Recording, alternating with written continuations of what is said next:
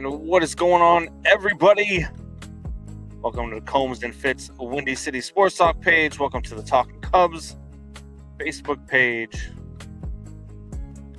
It is opening day, 2025 opening day.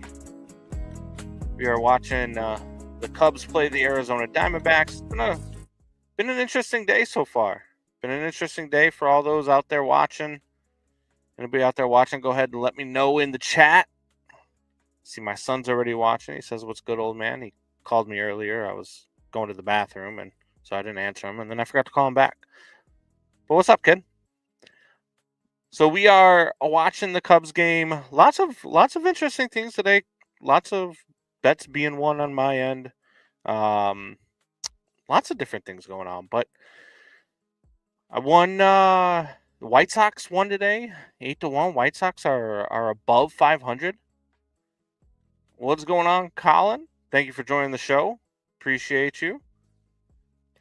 But the White Sox are above 500 for the first time in I don't know how long.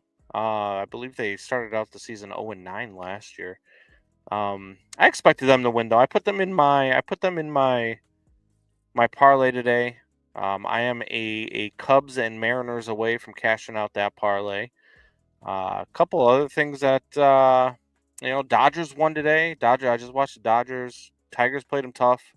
Dodgers were able to pull away with that one. Let's see here. Let's go through some scores before Cubs right now and Diamondbacks are getting ready. I see all the national anthem was just going on. Players are still warming up down on the field. But we had the day started off with the Yankees and Brewers. Yankees won that game 4-2. Then the Orioles absolutely demolished the Blue Jays today. Jose Barrios finished with an ERA above 10. 12-2 Orioles took that one. Phillies beat the Nats 7-3 in 10 innings. The Red Sox beat the Rangers 5-2. Wilyer Abreu hit a 3-run home run to put the Red Sox ahead late in that game. We also have the Marlins over the Pirates 5-4. The Giants over the Reds 6-4. The Guardians over the Royals 7-4. Astros beat the Mets 3-1. Padres beat the Braves 7-4. Braves starting out 0-1. And the Cardinals beat the Twins 5-3. So that was going around baseball. We still have the A's and Mariners left. And of course, the reason why any of you are here watching with me would be the Cubs and the Diamondbacks. Colin says Cubs are going to win. I like it. I like the confidence. It's going to be a tough one. You got Zach Gallen going up against Justin Steele. Zach Gallen at home, I believe. I believe he only lost 2 games last year. I do know his numbers against the Cubs are ridiculous. He's got like a .72 ERA against the Cubs. I believe 4 starts against the Cubs. He has just locked them down every time that he's faced them. So it's not going to be very easy, but hopefully the Cubs can get off the snide. I do have a couple of bets going for this game. So if any of you guys are on the gambling side of things, I do have a couple of bets. Junior says no Fitz. He might show up later. I sent out the invite to a bunch of people. If they wanted to hop on, they could feel free. I don't expect anybody. It's kind of a late night game. Just kind of wanted to hop on and get some movement going on the Facebook pages. Talk some baseball with anybody who wanted to join. The Cubs have their home opener on April the 4th, next Friday. April 4th, next Friday. So, yeah, I believe April 4th, next Friday. I want to say it is against. It's a West Coast team. I know that. I'm trying to pick it up here. I got people texting me, let me know whether or not they're coming on. The Cubs on next Friday on April 4th, they will open up at Wrigley against the Padres. The Padres are the team that they will open up against. Shota Imanaga is scheduled to be the starter on that day. But yeah, so Look, not a very good start for the Cubs, 0-2. To start, obviously, they started out in Japan. I know it's opening day. A lot of people calling it domestic opening day because they started out internationally, and they already had the international opening day. But the uh, the Cubs are, started out 0-2. Played. I mean, look, the Dodgers are just they're ridiculous. They're ridiculously good. And if they're healthy, they're going to be really tough to beat this year. Now, do I think that they're going to win the World Series? No. I have the Phillies and the Texas Rangers in the World Series. I don't think that the Dodgers will win it just because when you have a lot of times when you have teams like this that are this good with this much talent, there's usually a lot of egos and somewhere along the line, whether it's through injury, whether it's through, just sheer just not getting along in the locker room, whatever the case is, you tend to not see these teams go very far, right? It was the Seattle Mariners in like I think it was like 2002 or something like that. They won 119 games and then I believe lost in the wild card round, if I'm not mistaken. So, um, it's one of those where you take it for what it is, and you didn't have Nico Horner in the lineup. You have Matt Shaw playing in his first two games. You're overseas. You're on a 14-hour time difference over in Japan. So you take it for what it's worth. And for what it's worth, the Cubs are 0-2. And so now you come back, you do some spring training games. Justin Steele's going to get the ball tonight. You're playing in Arizona. You're going up against a tough pitcher. You got to find a way to get a win here. You got to find a way to scrap out a win. Um, so we'll see what happens. We'll see what happens. The game's about to start here in roughly about 3 minutes till first pitch. So we will definitely once that game starts, I will definitely get to it and we'll start doing some live reaction stuff. If any of you guys along the way have questions, if you guys want to talk Cubs, if you want to talk any other team, feel free to ask the questions in the chat. I'll bring them up. I will go along with you guys as long as you need. As long as you have questions, anything that you want to talk about, we will go through it. If you want to talk about the gambling side of things, we can talk about the gambling side of things as well. We could do some live betting if you wanted to. We can do pretty much all of that stuff tonight. I am open to whatever get you guys in here. Make sure you guys share the stream. Make sure you guys like the stream. Make sure you guys subscribe to the podcast, whether it is Combs and Fitz Windy City Sports Talk, which we've been doing for a long time. Myself and my guy Ryan Fitzgibbons, who does a fantastic job. He was actually at the White Sox home opener today, and he was walking around the tailgating for home opener, and he was walking around asking people questions, taking video, trying to get the feel of fans for opening day and for the White Sox. And so that'll be interesting. These guys see us on Sundays. We're usually on Sunday nights. And so you guys will be able to check us out there. He might be hopping on and joining me here in a little bit as well. But again, if you're watching the stream, if you want to watch the Cubs game and follow along and do some live reaction, feel free to like, share, subscribe, do all of that fun stuff. It costs you nothing. It helps us out tremendously. And we appreciate everything that you guys do.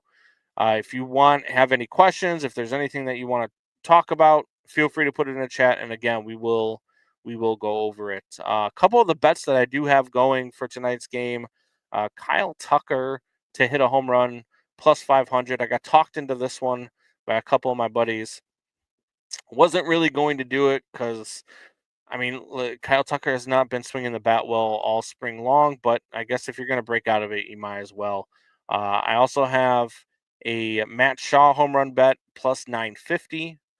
And then, of course, I am sweating out the last two legs of my parlay.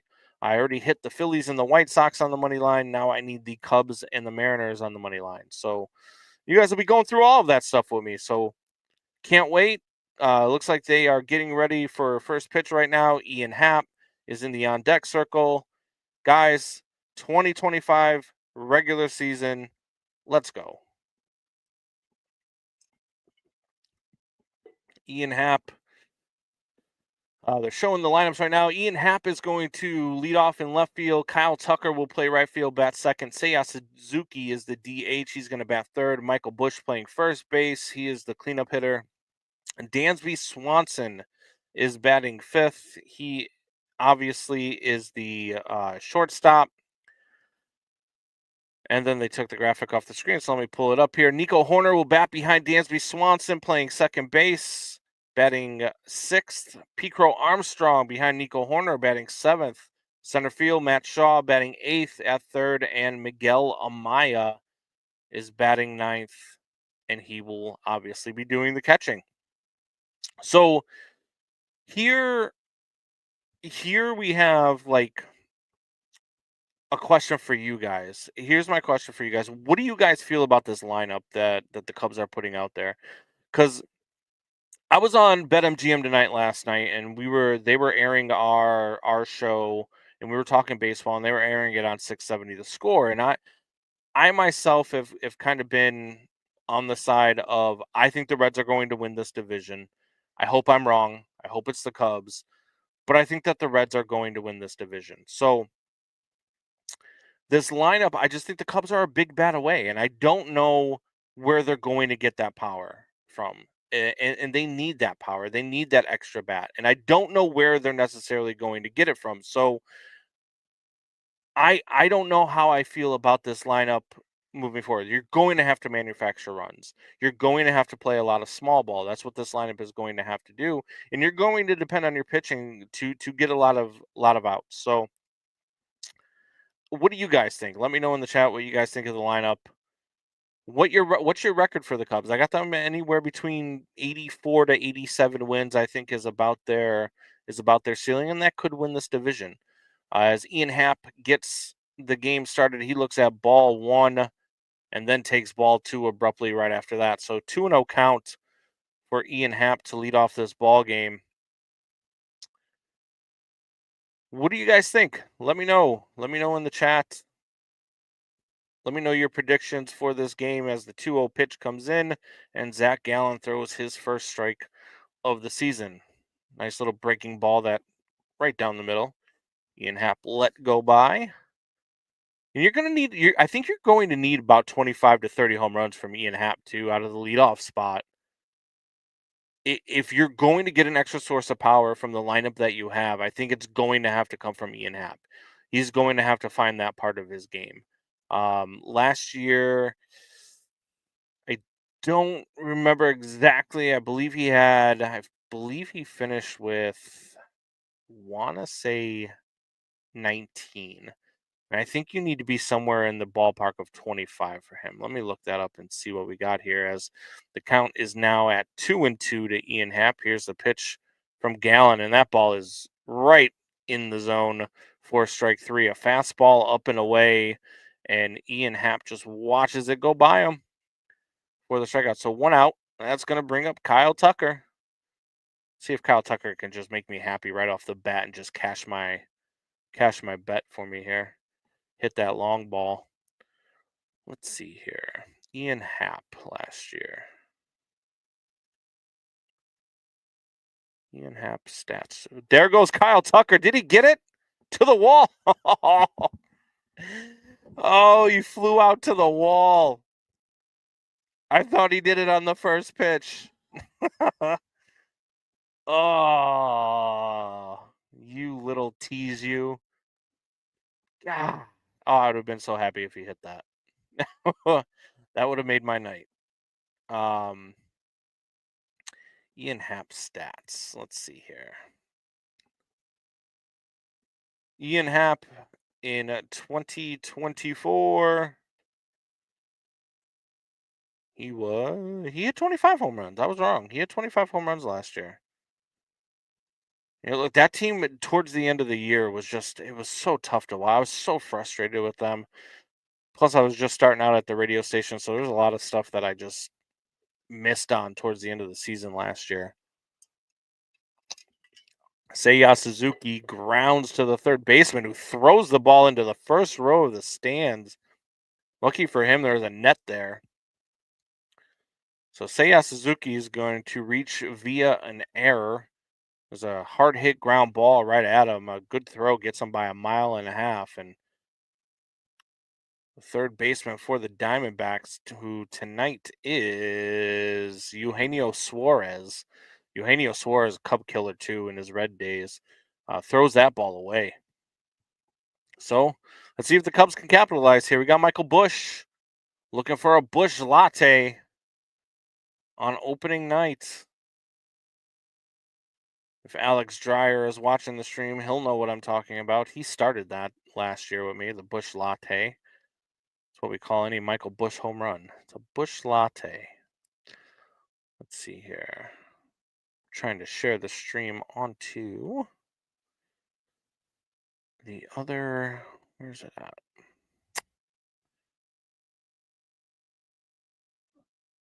Let's go to the Talking Cubs page. Yeah, guys, make sure you like and share. If you're watching, just like, share, subscribe. Get as many people in as we can. That'd be fantastic. Let's share it to a page. Share it to that page. No, not. Here we go.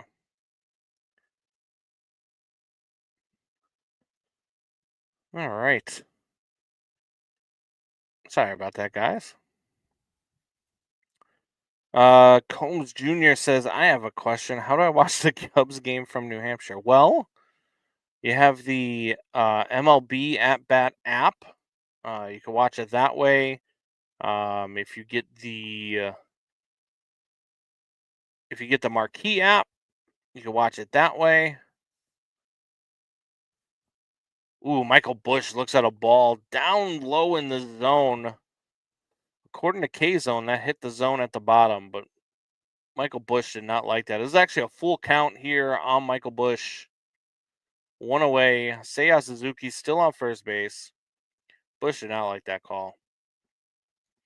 Was a little low, but I think even if you have the challenge system here in the regular season, I think that he loses that challenge because it looks like it hit low in the zone. But that one does not hit low in the zone. That is ball 4. So now all of a sudden, where Zach Gallen was going to be out of the inning 1, 2, 3, all of a sudden the Cubs have runners on first and second, and here comes Dansby Swanson.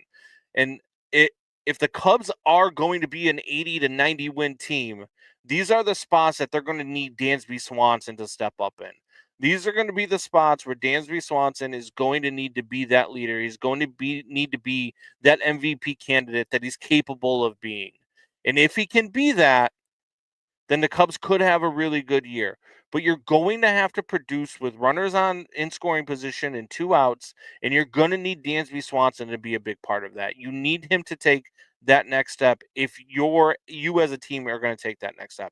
It might not happen in this at bat, but it needs to happen throughout the course of the season. And as I say that, Dansby Swanson pops up into center field, lazy fly ball, and that will end the inning. So Dansby leaves runners on first and second. We're going to go to the bottom half of the first, tied at 0.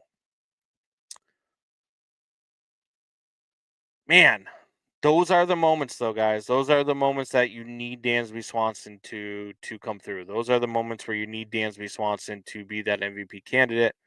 I know look, it's baseball. Nobody's going to come through 100% of the time. But you need him to come through 60% of the time. You need him to be that guy. And if you're not going to go out and you're not going to make a trade for a big name bat, if you're not going to go out and get your slugger, then I mean you've got to get it from your smaller guys. And that's one of the problems that I have with the Jed Hoyer roster that he's built. One of the problems that I have is that he wants these guys not only to play to the back of their baseball card, as he's said it a few times, but you he's expecting some of these guys to play above that. And it's a dangerous place to play when building a roster, is building a roster full of guys that you need to outperform their capabilities. And that's been the problem that I've had with Jed Hoyer ever since, Theo Epstein left. And Jed Hoyer has not built a winner without Theo Epstein. He never has. And We've seen it again. That's why I think this is going to be the last year. I didn't think that Jed should have been back for this season even, but here we are. He went out and got Kyle Tucker, traded Cam Smith for Kyle Tucker, has not extended Kyle Tucker.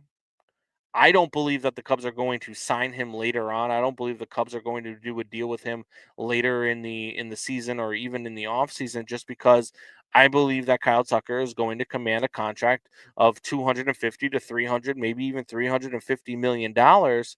And the Cubs have never done a contract more than 200 million dollars. They've never done that. I believe the highest paid contract they've ever given out was either, I'm not sure if it was Alfonso Soriano or Dansby Swanson, but one of those two contracts is the largest they've ever given out, and 185 million is the number. So I don't know that they're going to sign Kyle Tucker long term. And if you traded Cam Smith, and if Cam Smith becomes everything that Houston thinks that he's going to become, and everything that he's shown in spring training that he can become, as Ketel Marte rips one into the gap, PCA sliding, stopping, throwing to second, but Ketel Marte is in standing up. And that is a lead-off double for the Arizona Diamondbacks. That ball was ripped into the gap. Yeah, but Theo is a genius. He's now involved with the Sox again, but that's where Theo and ownership always split hairs, signing big money players. What's going on, Q? Thank you for joining. Look, yeah, but you're right. Theo is a genius, but Jed's never won without Theo, and that's the problem that I have as a Cubs fan when it goes to Theo, is that you know Theo built a really strong farm system. When he took over in 2012, he built a really strong farm system, and the Cubs benefited from that. That's how the Cubs won the World Series in 2016. A vast majority of that team in 2016 were farm-grown players. And you had a couple of good key veterans that went along with that. When it was Lester, and it was Lackey, and it was Hayward in Zobrist. You brought in some key veterans to build around these guys. And then when it was time to do it again, you just didn't do it again. And they never really filled in the holes that Cubs lineup was so desperately in need of. And everybody knew that they were so desperately in need of. As the Cubs get two more quick outs here, and Justin Steele now has a chance to get out of this. 2 outs, runner on second.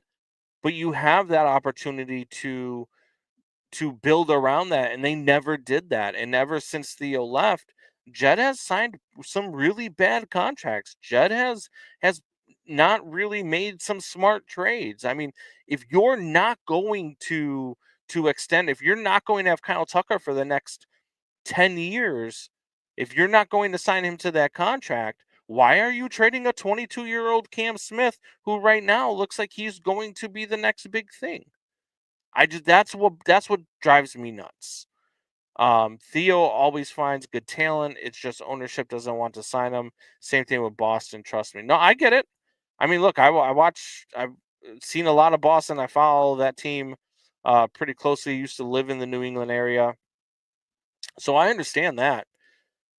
And it's, I don't. Sometimes I don't think it's about spending money, right? Because one of the things that I said when it comes to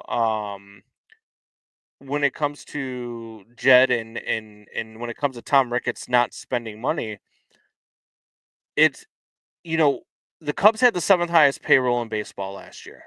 The Cubs spent money last year. They had a 200 and something million-dollar payroll for the season. And they were the 7th highest team to start the season.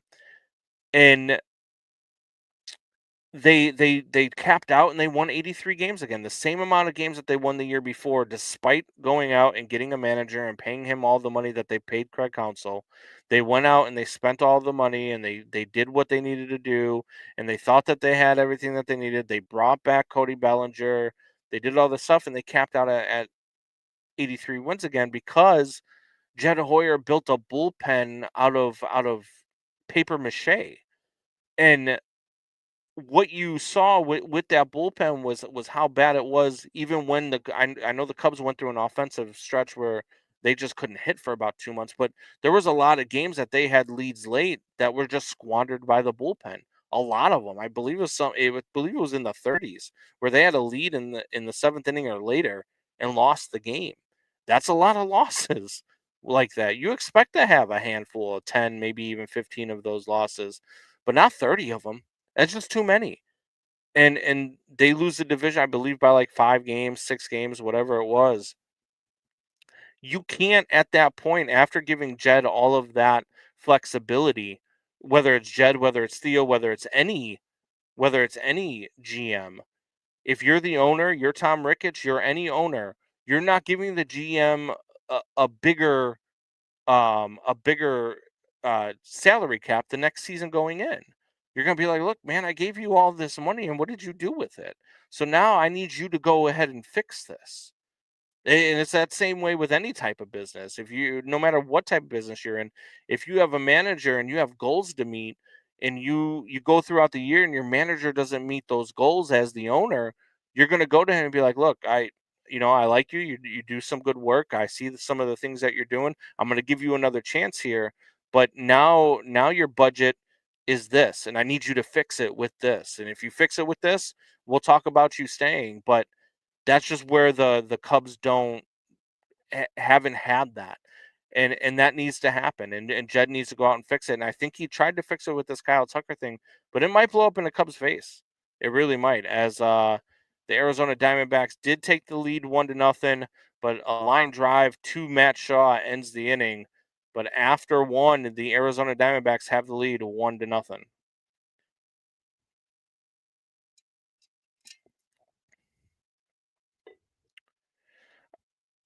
Q says, I agree. I'm a Sox fan, but I had some hype for the Cubs last year, and it seemed like they had to outscore the other team to win.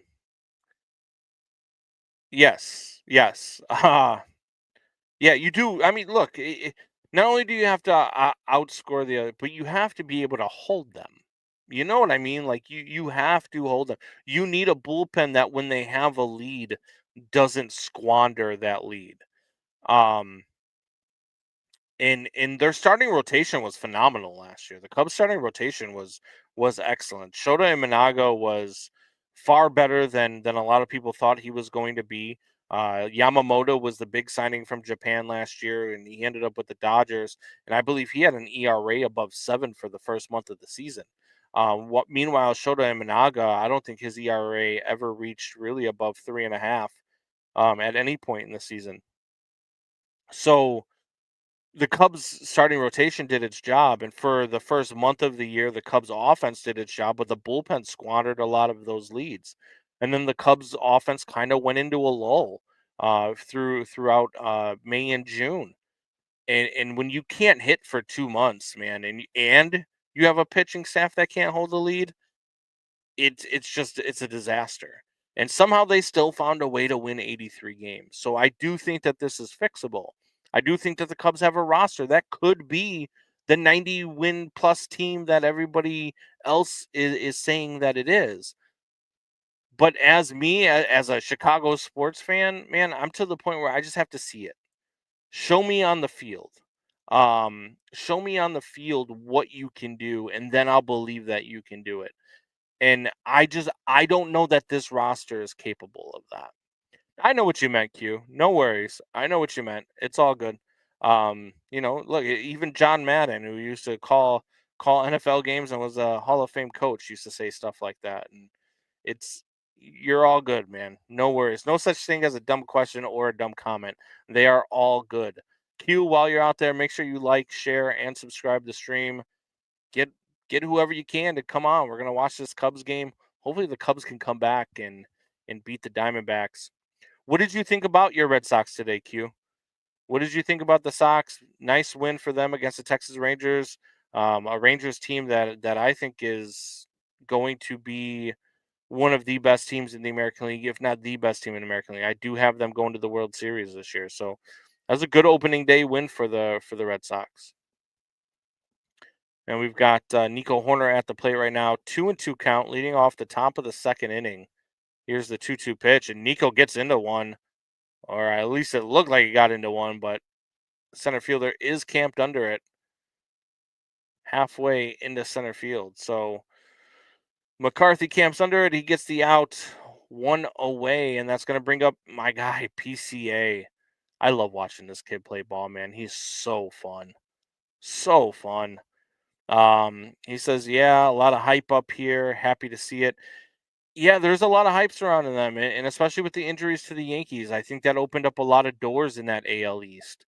I think that the Orioles are going to be a player. I think the Red Sox are going to be a player, and I think the Yankees lineup is deep enough to get through it. But their pitching staff is going to be in shambles for a little bit unless they can figure something out quick, or unless they have a couple of arms that come up and just do it. It's you've got Garrett Crochet, who started today and pitched well. A fantastic pitcher from the White Sox. He was great with the White Sox last year. Um, Despite I know how bad the White Sox were, but Garrett Crochet and Eric Fetty were fantastic last year. Um, and then and then you have like not only that, but you've also got the reigning Cy Young over there. You've got all sorts of good things. I mean, you went out and you got your guy, your third baseman, and Alex Bregman.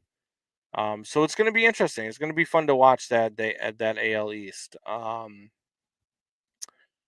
Uh, Jesus Christ, I could play Major League. Yeah, on your PlayStation.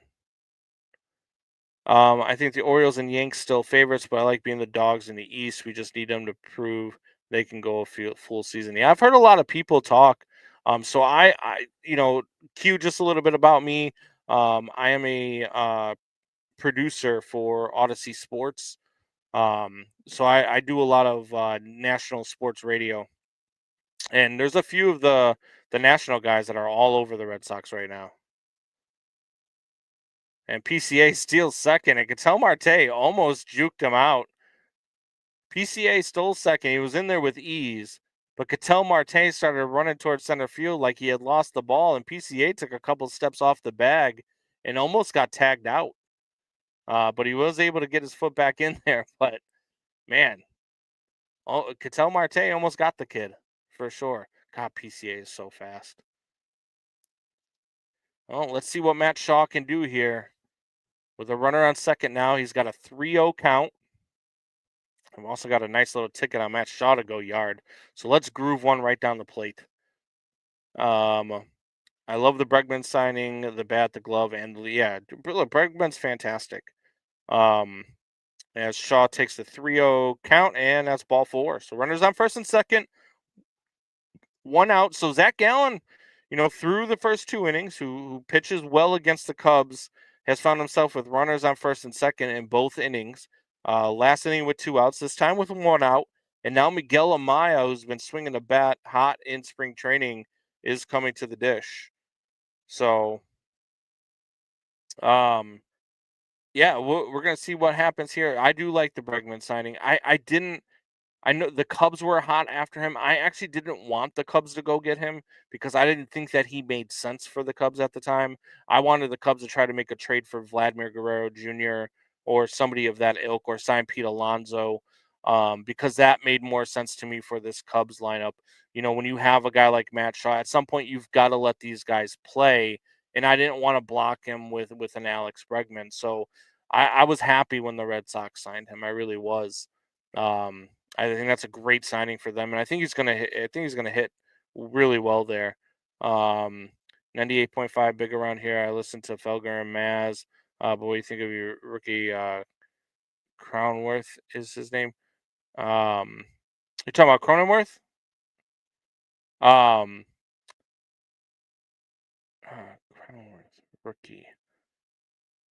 Matt Shaw is the rookie that's going to be playing here in Chicago. But yeah, no, we so I am a producer for BetMGM. I do the BetMGM tonight, and I do Sundays bets with Sean Marash and Pat Boyle. You can actually hear me talk on BetMGM tonight, usually from 9 to 10, 10 to 11 out there on the East Coast.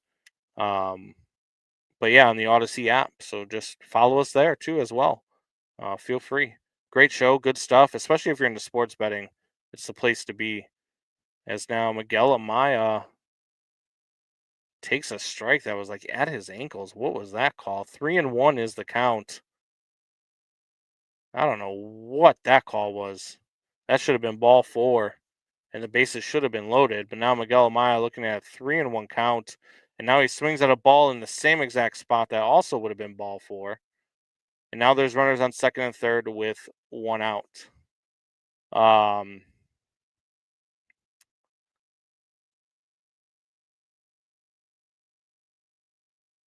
First terrible call of the year. I'm getting messages in my text chain. First terrible call of the year.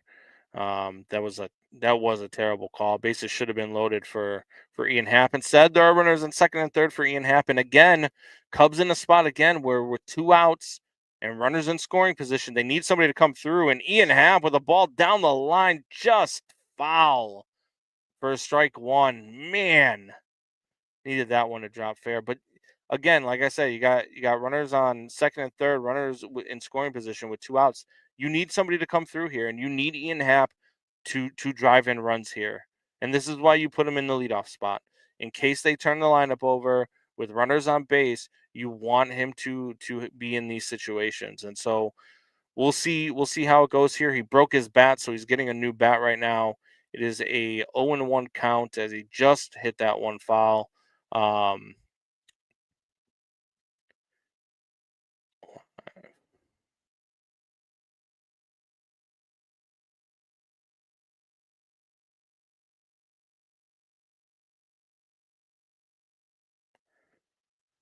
all right, so let's see. Here we go. Ian Happ stepping back in. He's got his new bat.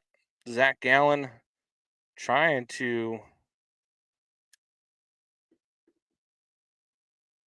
get himself out of this again. Finally, here comes that 0-1 pitch. And he takes a ball outside. 1-1.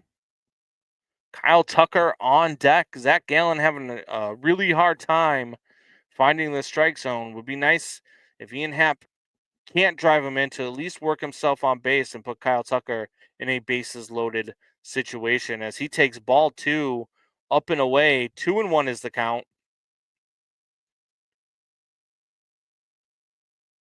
Cubs wearing their road blue jerseys. I love these jerseys with the C with the bear coming out of it. My favorite jersey. And there's one down the line. This one's going to get fair. That's going to score both of them. And the Cubs are going to take a 2-1 lead.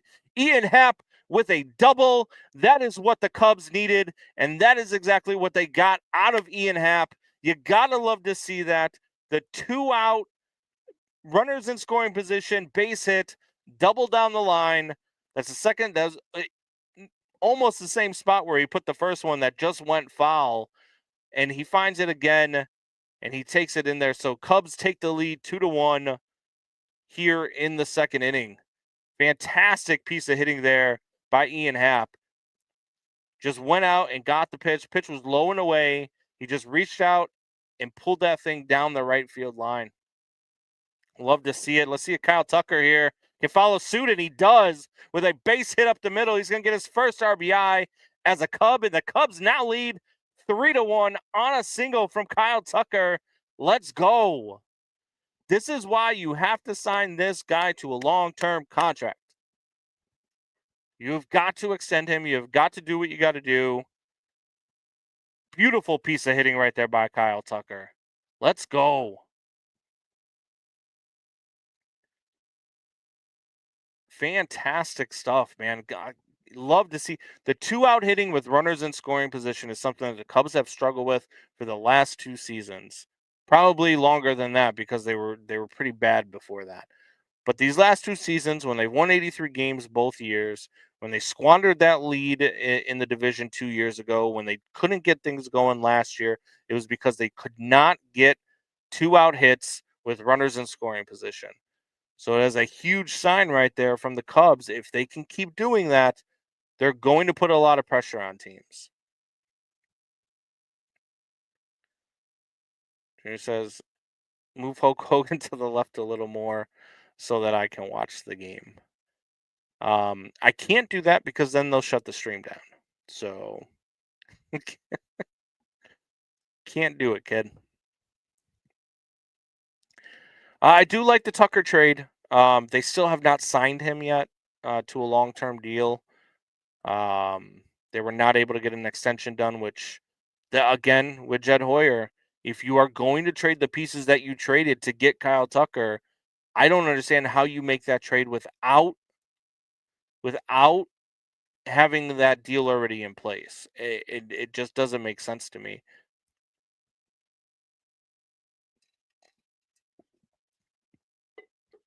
So Seiya Suzuki now with a 2-2 count, and he looks at strike three on the outside corner. It was a strike. He didn't like the call, but it was a strike. But look, some really good 2-out hitting from Ian Happ and Kyle Tucker at the top of the lineup, the bottom of the lineup, and PCA and Matt Shaw able to get on base for them. And they were able to do their thing, and the Cubs' lead going into the bottom of the second is now 3-1. Gotta love it. Love to see it, especially for my parlay that I've got going on. And let's see what is going on with the Seattle Mariners, because that is the other game that I have in the parlay. For any of you guys interested in the NCAA tournament, obviously Alabama, I mean, they were just raining threes today. Just raining. They hit over 22 3-point field goals. They beat BYU 113-88. Florida beats Maryland 87-71. No shock there. Duke right now is up on Arizona 30-27 with 5:32 to go in the first half. And Arkansas leads Texas Tech with 10:46 to go in the first half of that game. Checking over to Major League Baseball, top of the third inning, and the Mariners and Athletics are tied at 0. You know, one of the things we can't say, Q, as a Cubs and Red Sox fan, one thing we can't say is at least we're not the A's. You know, that ownership group, that front office is horrendous. And having to move out of Oakland, do all that stuff, it's ridiculous. All right, let's see here. Got some people that want to hop in, so let's go ahead and do it. Let me find it.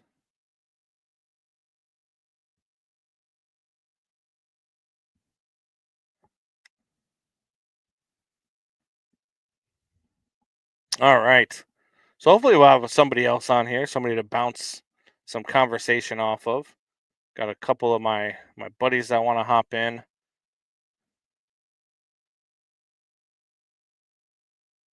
Yeah, the A's are just tough, man. It really is.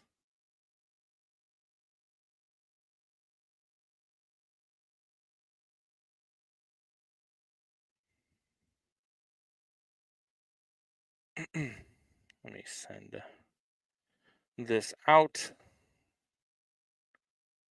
Sorry about that. Just sharing this so that people can watch.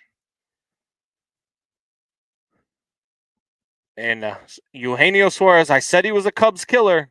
And what does he do? First pitch goes yard. So it's now 3-2 as Eugenio Suarez just goes yard on Justin Steele. He's killed the Cubs his entire freaking career. He just has. It sucks. I don't know why you continue to pitch to the guy, but they do. It's tough, man.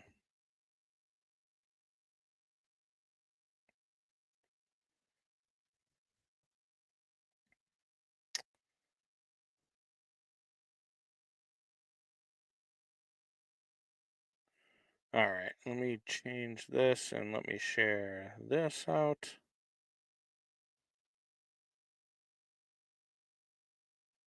What's going on?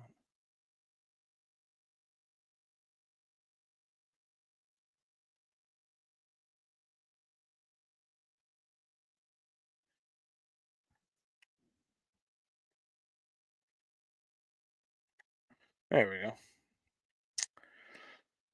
All right. What do you think? Soto to the Mets difference maker or no? I'm not sure if he is. I know he's good, but now there's no Judge behind him now. There is no Judge, but there is still a Pete Alonso, and I know he's not Aaron Judge, but he's still Pete Alonso, and he can still hit the ball a ton. Um, I just look, that division is going to be tough, and the Phillies and the Braves are still the cream of the crop of that division. So I don't believe that it's a difference maker this year, because I still don't believe that the Mets make the playoffs. I still don't believe that the Mets are good enough to overcome the Braves if they can stay healthy, or the Phillies if they can stay healthy. I think that Phillies lineup and that Phillies rotation are far superior to anything that the Mets have right now.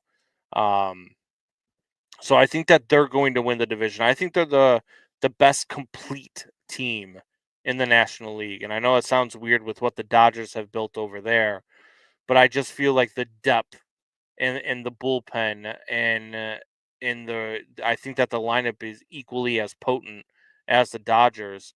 So for me, I would give the slight edge to the Phillies as the best team in the National League. So yeah, I don't know that the the Mets are going to. I think they'll probably win 83, 84 games, but I think that both the Phillies and the Braves are probably in the mid 90s. Um, so that's where I'm at with that one. I agree the Phillies are ready for a run, to be honest. I do too. And that's why you've got to, when you're looking at the Phillies, and if you're looking at betting markets, right? Like if you're looking to bet, futures in Major League Baseball, and if you wanted to put down $20 on a future MVP or something like that, my money would go to Bryce Harper, because if the Phillies are going to make that run like I expect them to, Bryce Harper is going to have to be an MVP candidate. And so that's where I would start looking at it. I like Bryce Harper for National League MVP. Um, yeah, over the Dodgers too. Over the Dodgers too, Junior. I really do think that the Phillies are just that good. And look, the Dodgers are the Dodgers. Um, if they're healthy, if they can stay healthy, and if they perform to everything that they're capable of performing to, there's no team on the planet. I mean, short of the Monstars from Space Jam coming down from outer space and taking over, they're just not that. The Dodgers are just that team. But I feel like complete team. If you're talking about a complete team, I like the Phillies just a little bit better. Um, Wood Jr. is on my candidate. Yeah, for American League MVP, Bobby Wood Jr. is my favorite as well. Um, what a play by Nico Horner! Ranges to his right to snag that ball away and take a base hit away, and now there is one out here in the second inning. But that was a beautiful play there by Nico Horner to take that hit away. Um, from who was that? Is that Grichuk? I believe that was Grichuk. So one away now in the bottom of the second. 3-2 Cubs. Already that over 8.5 is looking really good. I didn't bet it, but I should have.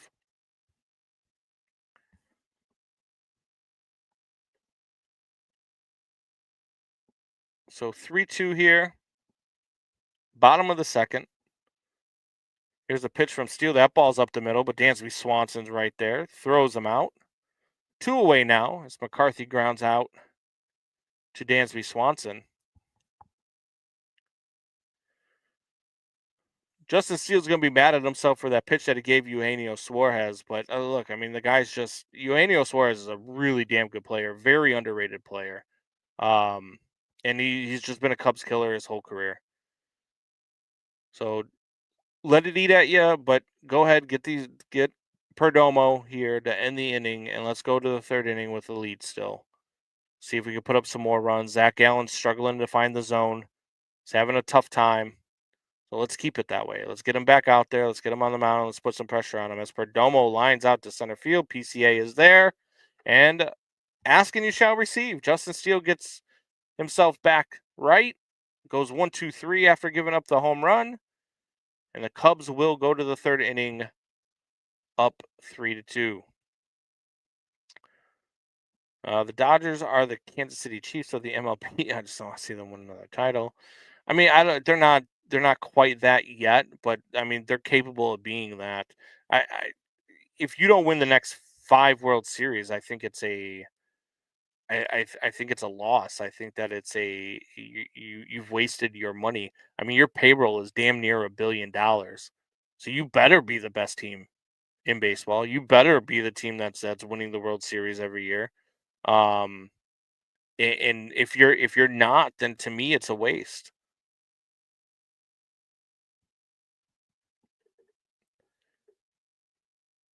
Oh, look who we have here. Oh, there's a little Jewish guy sitting in the back. What's up, Fitzy? What's happening? Not much here. Codes. How was the game today? How was going up to the rate? Seeing the White Sox. The White Sox are above 500. Yeah, for the first time in like 2 years, the White Sox are alive. They look good today. They look good today. I like the late rally. Everybody was hitting. Um, Yeah. they looked really good, man. It looked like a decent crowd too.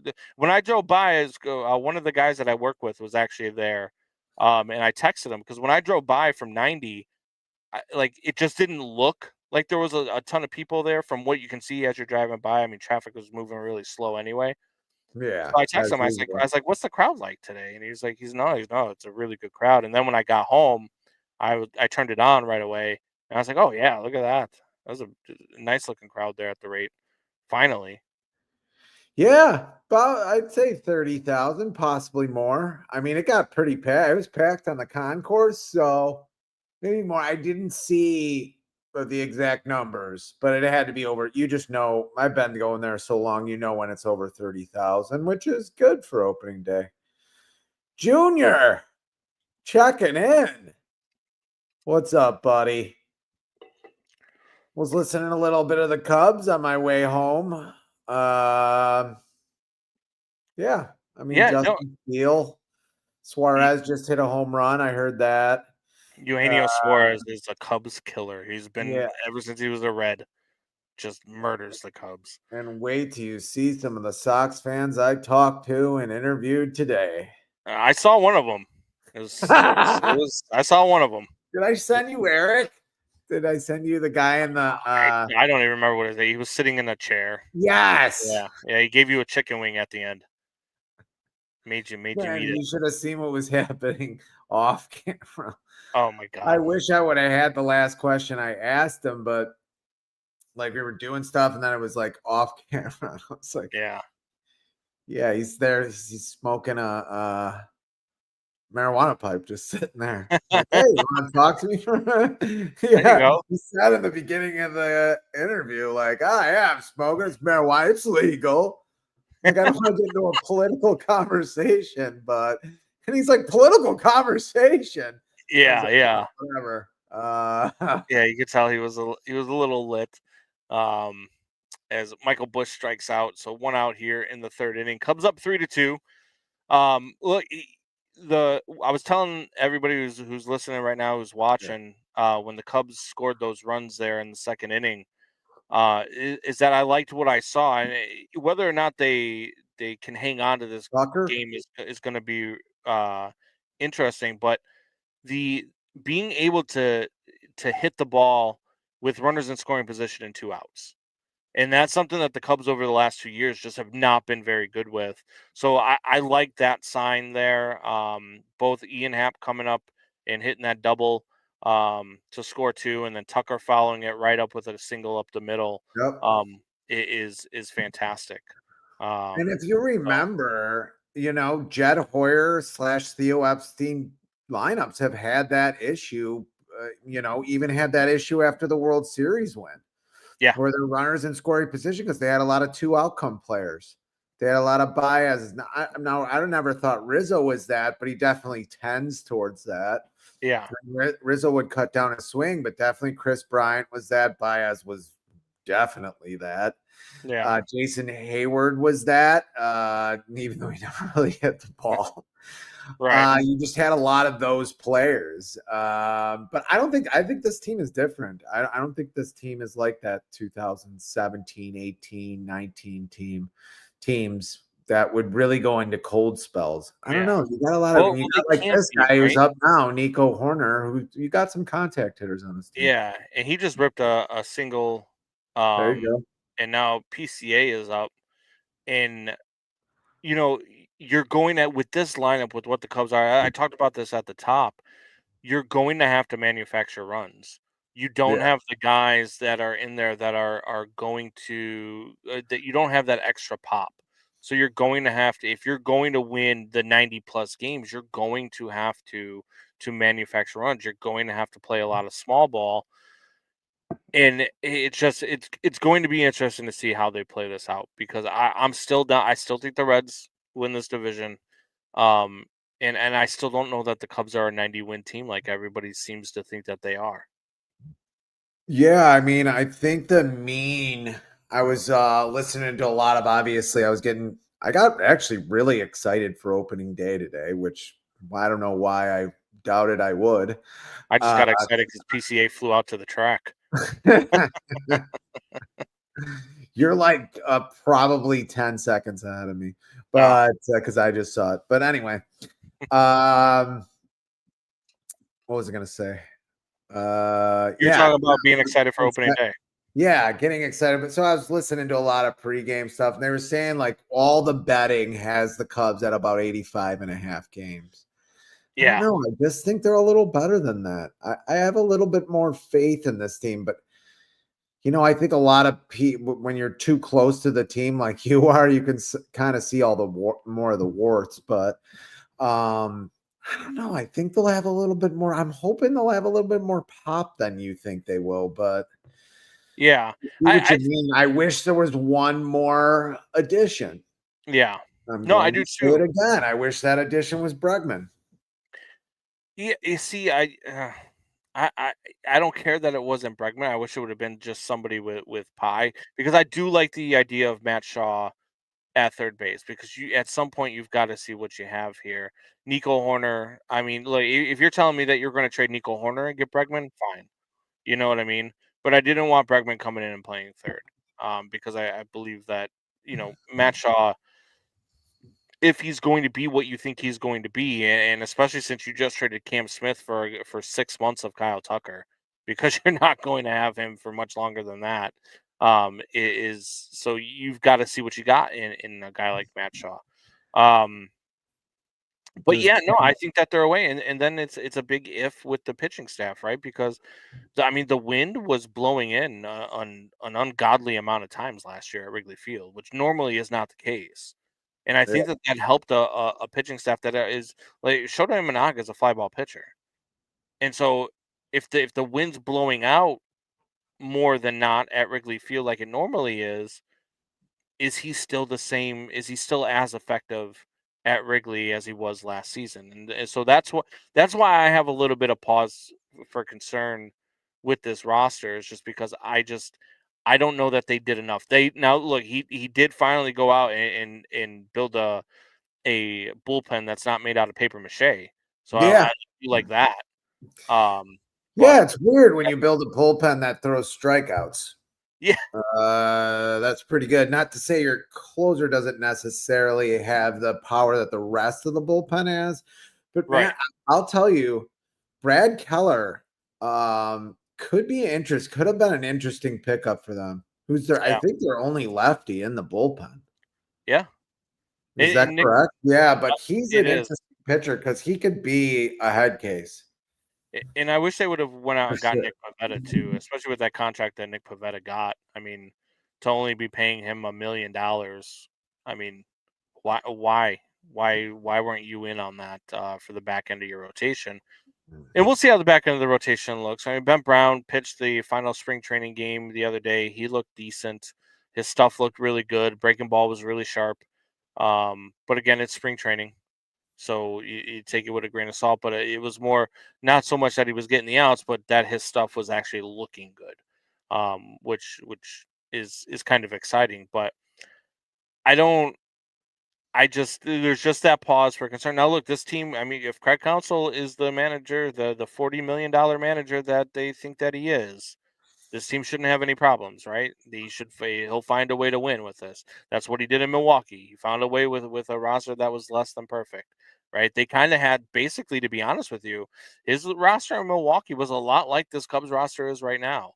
They only had the one slugger in Christian Yelich, and he's only got the one slugger here in Kyle Tucker, and then you got a bunch of guys who might be able to hit 20.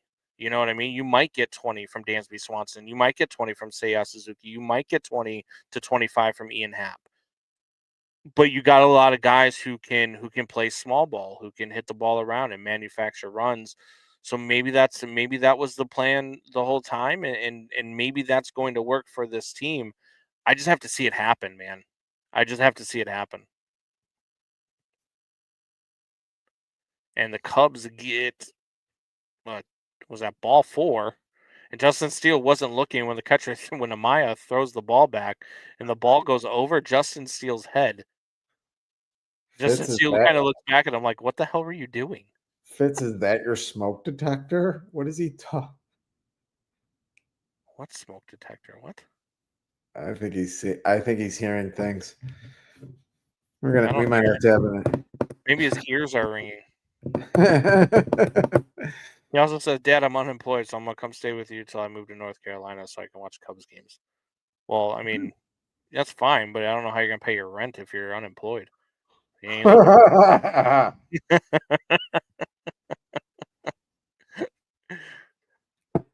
So the Cubs have one out. There's a runner on first after that walk, and now Yuli Gurriel Jr. is at the dish. He grounded out his last time up, or no, flew out his last time up, I should say. Bottom of the third, Cubs up 3-2. One out, runner on first, and Gurriel fouls that one away. What was the atmosphere like today at the rate? Like, what were you? I It mean, are, was are Sox fans pumped about? Like, what are like? I mean, are they realistic? Are they like your brother? They think they're going to win 75? No one really said that. I mean, at On the end pace for of some of the 162-0 right interviews, now.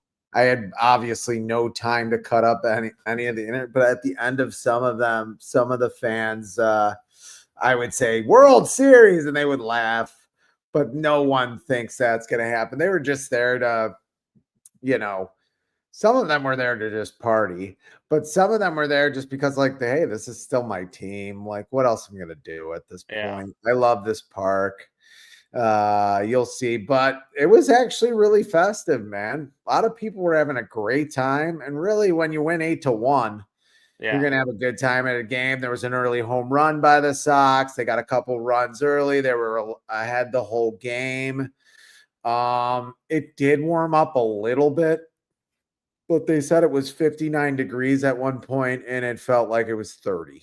Like G- it was windy, it was cold, a lot of home runs stayed in, a lot of hits that could have been home runs um, stayed in the park, yeah. mostly by the Sox hitters. I So think they're real going to quick, score. I think they're going to score a little run, a couple Gur- runs. But Gurriel grounds back to Justin Steele. He almost John Lestered the shit out of the throw, but they yes, got the out there. And then the first pitch to your boy Naylor, he grounds out to end the inning. So not Cubs my get out boy. of it. They're gonna leave with a 3-2 lead here, get out of that inning.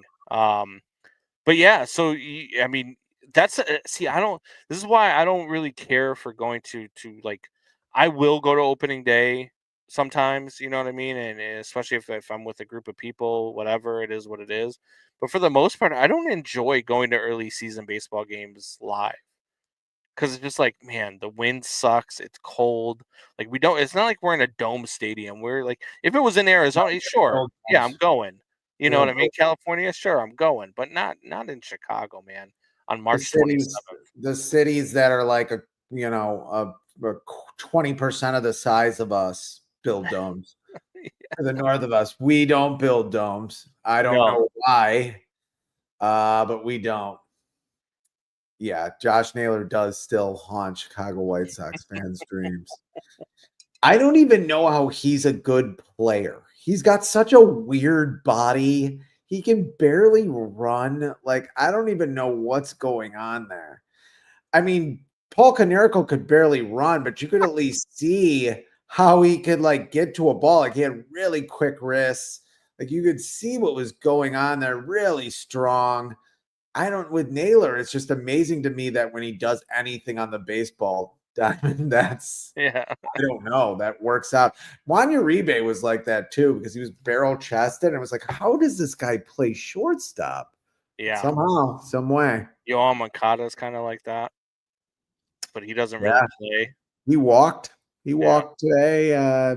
Timmy struck How out. Tim Anderson. Yeah, that's good to talk about. Yeah, I Yeah. was just gonna say, what was the atmosphere like? So, did they cheer TA? Did they cheer Yoan Moncada? I know Derek Rose was in attendance. I heard him on the radio. They were interviewing him when I was on my way home.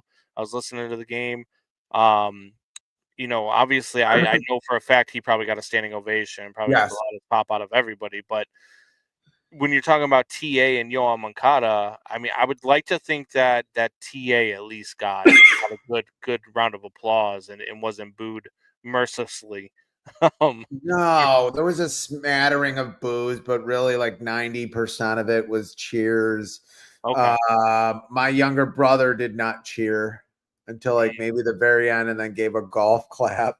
I was like, whatever. He was a terrific player, Did but he do an interview or something? Somebody told me that he did an interview where he said he hated Chicago. well, almost every time a player leaves, the way Tim Anderson leaves Chicago, there's there was an interview or he said something or I mean, I just don't see, unless I see the audio myself and Yeah. it's not done by AI. Well, I'm that's going what to I'm say wondering. Like, did he he's say never he said hated the that. city or he hated the White Sox? Because if he said he hated the White Sox, I would understand that. But to hate the city, I don't get it. I just think that it's probably maybe his career takes a different trajectory if Ricky Renteria stays as their coach, as their Mm, manager. okay. And maybe his career takes a different trajectory if he has Ron Washington. I'm hoping Ron Washington helps him. Yeah. That's a damn fine manager there, who doesn't take a Yeah. lot of crap. And he's a leader. There is not a leader vacuum like there was when you had Nosferatu, aka Tony La Russa, as the manager. Even though now I'm monopolizing your watch party. Did they boo Yoan? They did boo. Grant is right. They booed Yoan Okay. Moncada for sure. Uh, had one great season, and one okay season. That was about it. And a lot of talent. I mean, I don't know if it's going to work out there with the Angels. I don't even know if that team's going to work out. That's a bad baseball team, at least as it's presently constituted. They don't really have a starting rotation, which is a It's a problem. very bad baseball team. They've got one player in which Sean Burke tried to end his season on the first pitch Yeah. uh, of the season for him as he hit Mike Trout right in the hand. Luckily, Mike Trout was wearing protective covering on that bottom hand. Otherwise, he's probably out again with another broken hand because he Yeah. can't stay healthy. Well, Uh, Jorge Soler is a good player. yeah, And they got a couple of guys that could be good that are younger, but no, that's a bad team. look, Like I the was very Sox are happy. probably going to win this series. I was very happy in the eighth inning when they scored all those runs because I bet the over 8. And and then when they went up 8-0, I was like, "All right, we just need one more." And then the Angels hit that meaningless home run in the ninth. I'm like, "Yes, yes, here we go." Just so you know, I don't know if you heard earlier or not, but I am 2 legs away from hitting my parlay, tonight is a plus 2,300 parlay. I need the Cubs on the money line, and I need the Mariners on the money line. Right now, obviously, the Cubs are winning 3-2. There's 2 outs now in the top of the fourth with Ian Happ up as he looks at a strike that's about a foot and a half out of the zone. And then the A's now lead the Mariners 1-0 in the 5th inning. So I'm gonna need the Mariners to not let the A's win a freaking baseball game on opening day, and win your game at home in Seattle. And I'm gonna need the Cubs to hang on here to finish off that parlay because Daddy needs some money. Daddy needs a new pair of shoes. Daddy Daddy needs needs a a new new. pair of shoes. Daddy needs lunch tomorrow.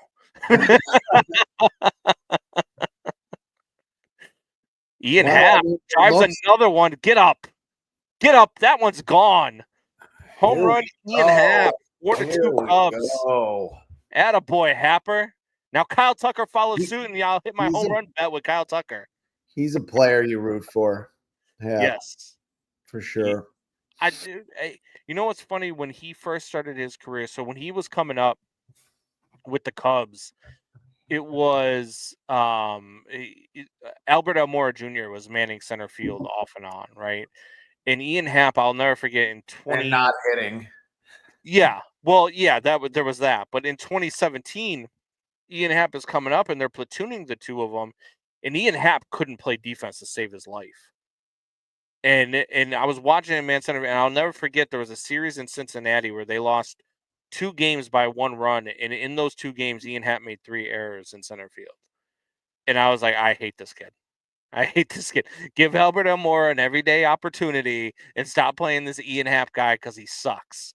And I was wrong. He developed into a Gold Glove outfielder, and he's one of the Cubs' best players. So sometimes you can be wrong about that type of stuff, but I'm happy that he's developed into that. Hopefully, Kyle Tucker can follow suit. Dude, this umpire behind the plate is atrocious, and this is why we need to have the fucking challenge system Well, in you the got a regular commissioner. season. You got a commissioner that unfortunately is the commissioner of the major leagues Yeah, and hates baseball.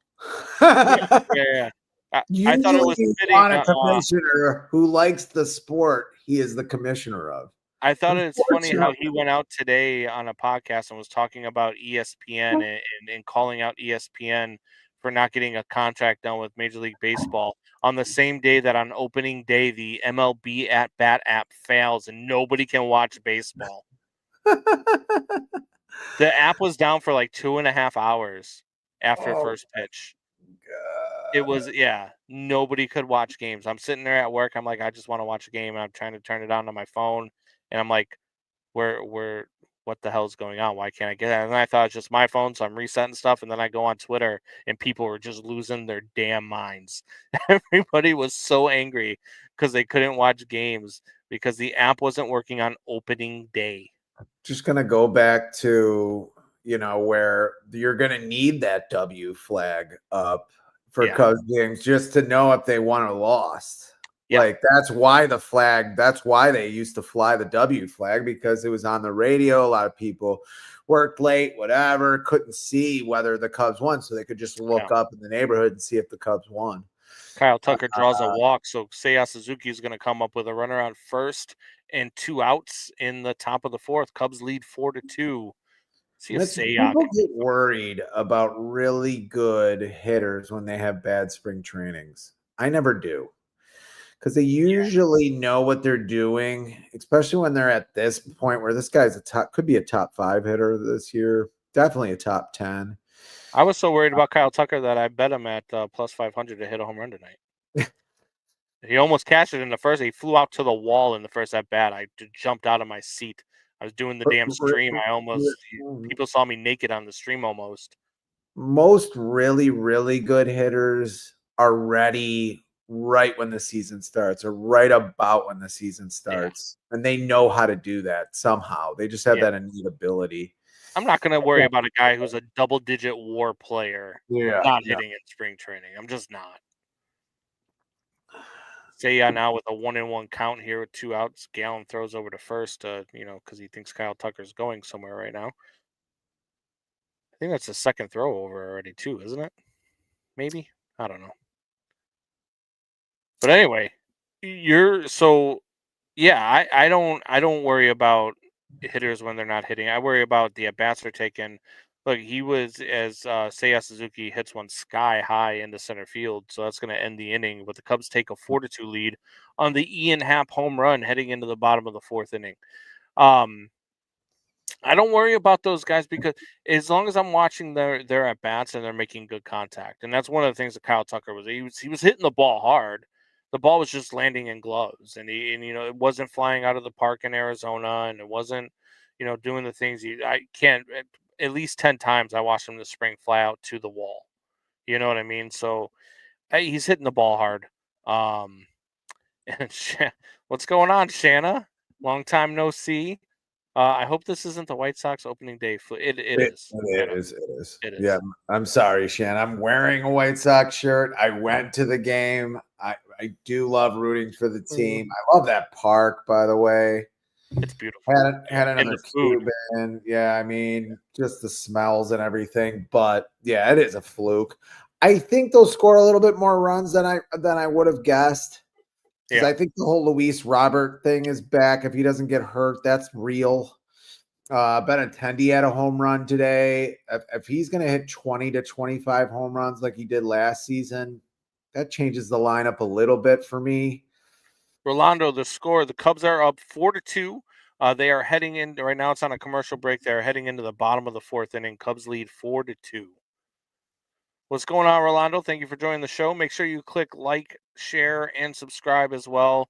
Bring some people in. Let's watch this thing together. Watch the Cubs bring this thing home and win me some damn money. Let's go. It's the betting now, Fitz. I can't, Yeah, working at got a hold of you. BetMGM. It's got its hands on you. Working at BetMGM. I did it earlier. I hit the over with the White Sox. I bet I bet Tyler O'Neill to hit another opening day home run, and he came through for me. It's 6 straight opening days with a home run for Tyler O'Neill. Isn't that crazy? That is insane. It's ridiculous. So now every year on opening day, I'm betting it from now on until he retires because why Why not? not? Yeah, it's until it doesn't become a thing anymore. It's a thing, right? So Moreno is going to lead off here against Justin Steele. Justin Steele throws the first pitch for a strike, and now he gets the second pitch over for a strike. 0-2 count to Moreno. So you were saying about the stadium, about going to the White Sox. You like the atmosphere was good. It Yeah. was fans are hopeful, but they're realistic. Would you Yeah. say? I mean, Yeah, they know nothing's going to come of this year. It was kind of good seeing Sean Burke be able to throw strikes pretty much, didn't walk anybody. It was just fun to be there. And, see, I wish a lot more. I mean, Amaya, get his first name, which is fine, was playing shortstop, which was kind of weird because you have two young shortstops, especially Colson Montgomery.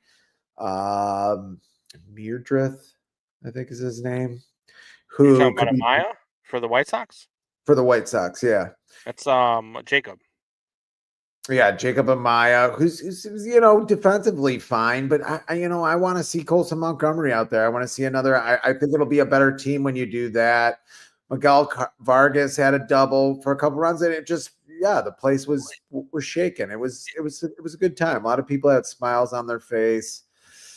Isn't Like I that the don't. question you have though? Like why if we find a spot for Jacob Amaya, why are we not finding a spot for Colson Montgomery? Yeah, and because they didn't want to DFA Jacob Amaya, and it was like, why? Like, what? So you're Who gonna delay cares? Better.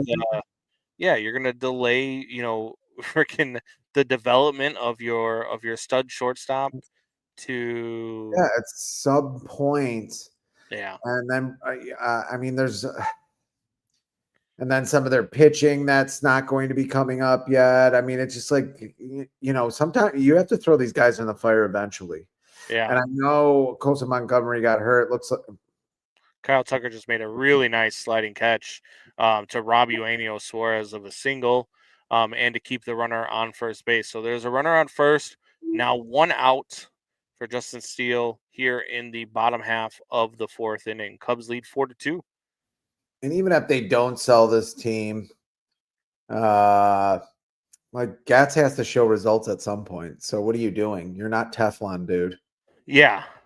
Yeah, and that's the well, but see, I think that I think he knows, just like you and I both know, and just like any White Sox fan who's paying attention knows, he doesn't have to be good at his job to keep it. He I doesn't have think, to be I think he successful to does. keep his job. I Well, think he does for a couple reasons. Because at least Kenny Williams and Rick Hahn won a World Series Cubs together. got lucky on this one. That ball hit into the gap by Grichuk.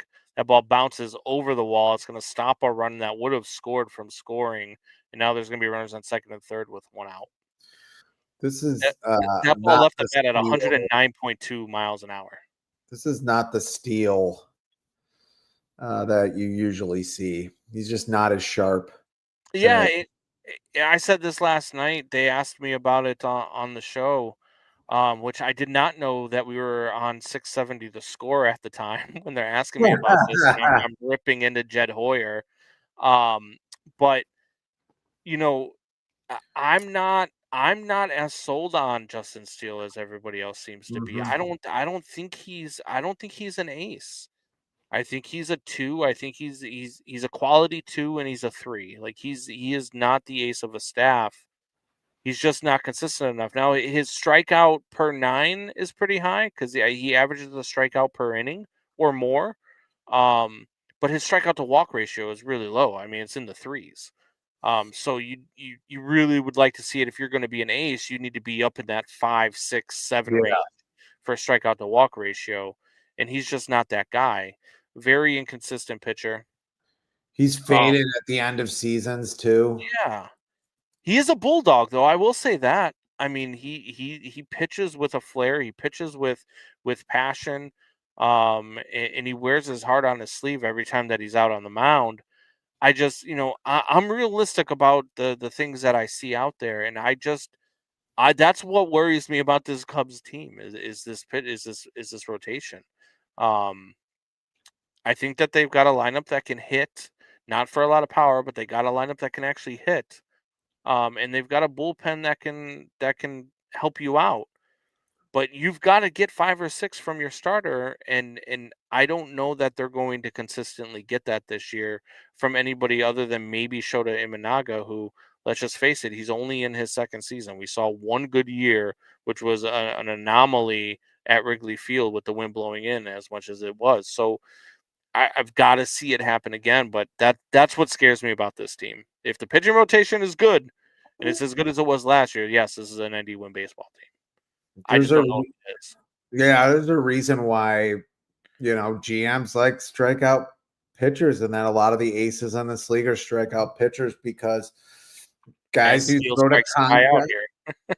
What's that? I said as Steele just strikes a guy out to make it 2 outs and runners on second and third. I was talking more about Imanaga, who throws more to contact than Steele does. Yeah. Yeah. And Uh, he does, and he's a fly ball pitcher. they're, He does they're he not does push consistent. contact. They don't have the same year over and over again. Not that all pitchers do, but if you're a guy who has over 200 strikeouts a year, Yeah. you're usually going to have a pretty good year. Guy who throws the contact a lot, he can have off years. Even Mark Burley, who was probably the best ever at it, and Imanaga has much better stuff than Mark Burley ever did. Yeah. But And you can Mark even see Burley it would have right now in uneven years. Justin Steele. You can see it right now when he's pitching. You can see that he's gassed. His breaking ball is staying really low in the zone. He's missing a lot low. He's just right now he's gassed. And I'd be shocked if he's out here for a fifth inning if he gets there. It's a 2-2 count now with 2 outs. He gets gassed quick. He is not a guy who can give you 7 or 8 innings. And I know that in today's Major League Baseball, you don't need 7 or 8 innings from your starter, and that's fine.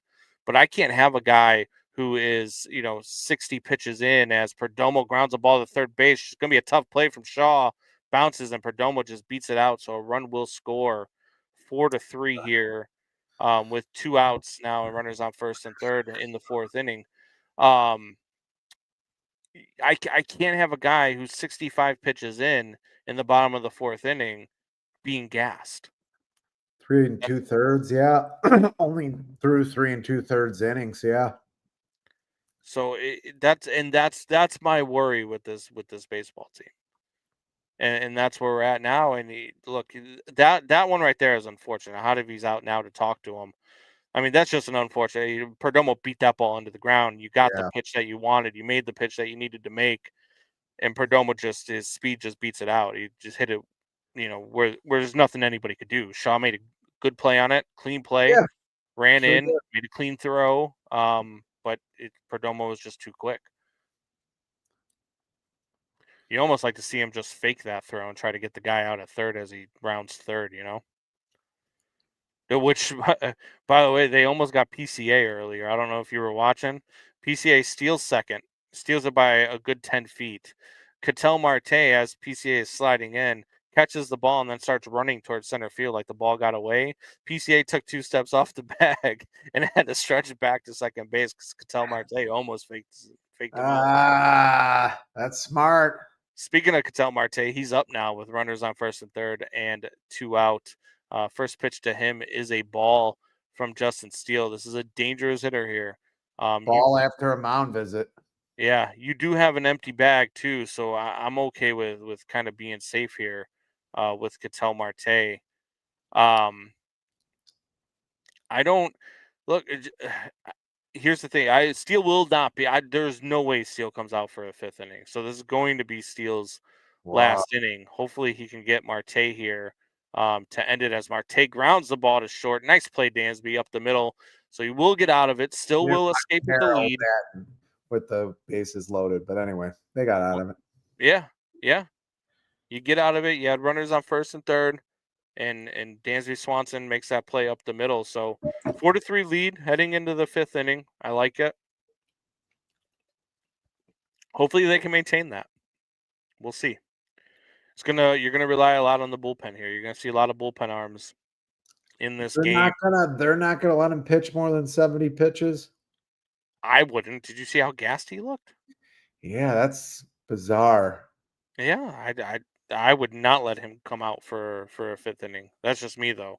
Would you? No, Would the you want to see him come Diamondbacks out could for a have fifth? scored. They're lucky the Diamondbacks only scored 1 run there. Yeah, Um, yeah. It's been a good they're job of getting out pitching hit. out of it, at They're least. I getting mean, out hit right now too yeah. by 2 hits. How were the Cubs in one-run games last year? Terrible.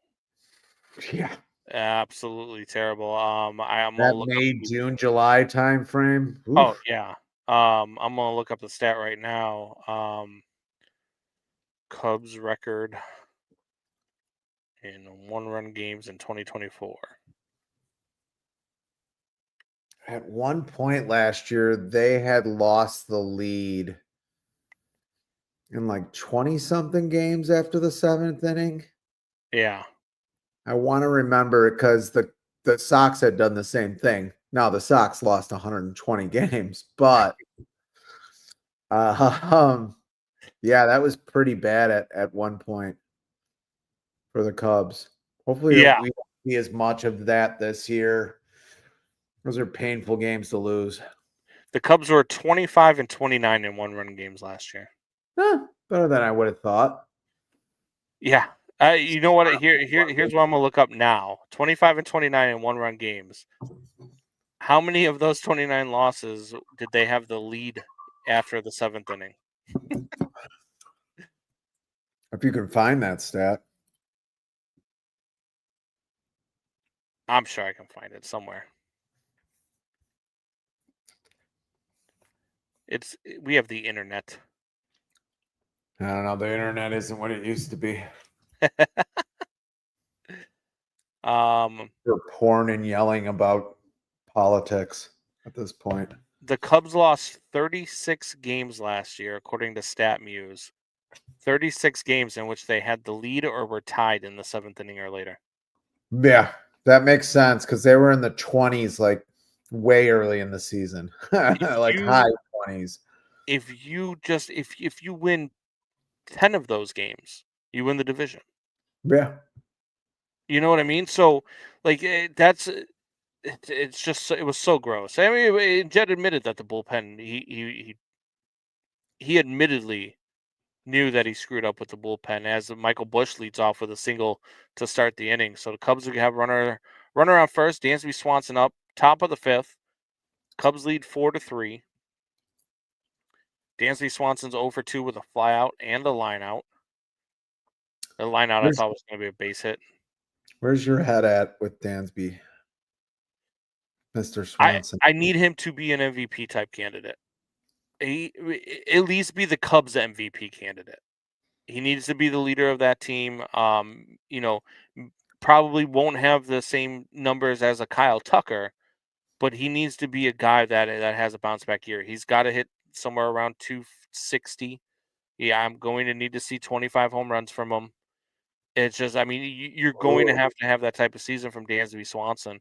Um, how and old you're, is Dansby? he's, what is he now? 31, 30, He 31. sounds like the love interest in a really bad steamy southern Shad, novel. what's going on, Shad? As Dansby Swanson strikes out, of course, he is now 0 for 3, heading back to the dugout. Oh, it's been a The while. Diamondbacks do have a new pitcher in as well. Nelson is in the game pitching for the Diamondbacks. So the Diamondbacks also do not have Zach Gallen go longer than 4 innings. Hmm. It's a new day. Baseball's, man. It's not what it was. You You know what I want mean? Like, as Nico Horner lines one down the line, but a nice play made on that one. Then the throw comes into first, hits Michael Busch in the foot and hops away, but he can't advance. So there's gonna be 2 outs now. Nico hit that ball on the button. That was a beautiful play out there in right field. Um, give me a second here. I'm looking up so you the want Dansby Swanson to have a bounce back year when yeah he's 31. That's gonna yeah. be tough. It is, but But you need he's that. I still mean, you're paying the guy young. $180 million a year. I mean, well, $180 million in total, but you're still paying the guy like $30 million a year. He's got to be a $30 million a year player. Um, and so that, I mean, the name of the pitcher for is Ryan Nelson, by the way, Ryan Nelson, Ryne. As PCA rips one, so PCA is going to get a hit here. So it'll be runners on first and second with 2 outs.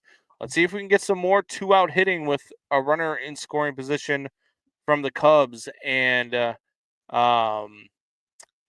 going to bring Matt Shaw to the dish.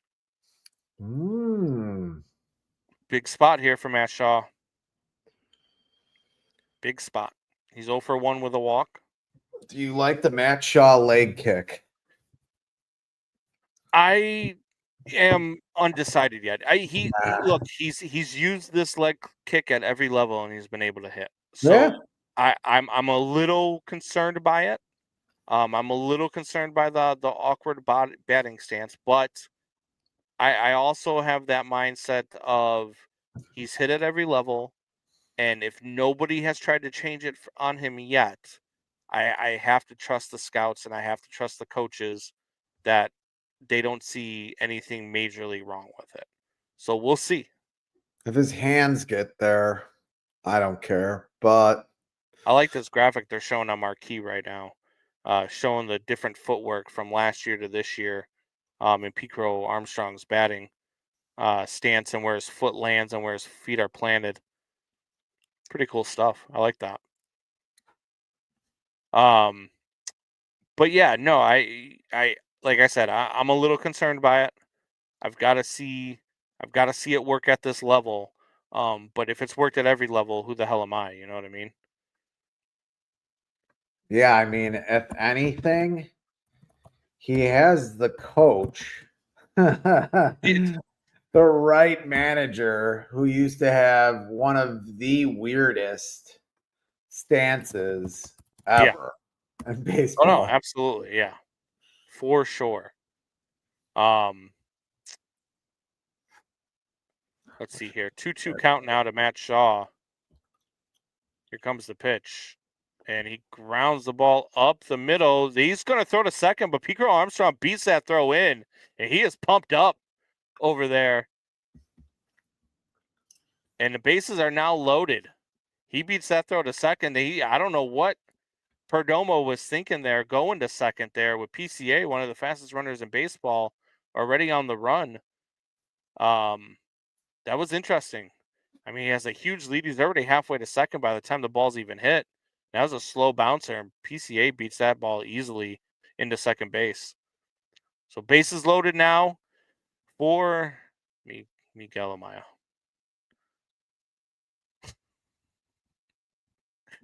Come on, Miguel, you son of a.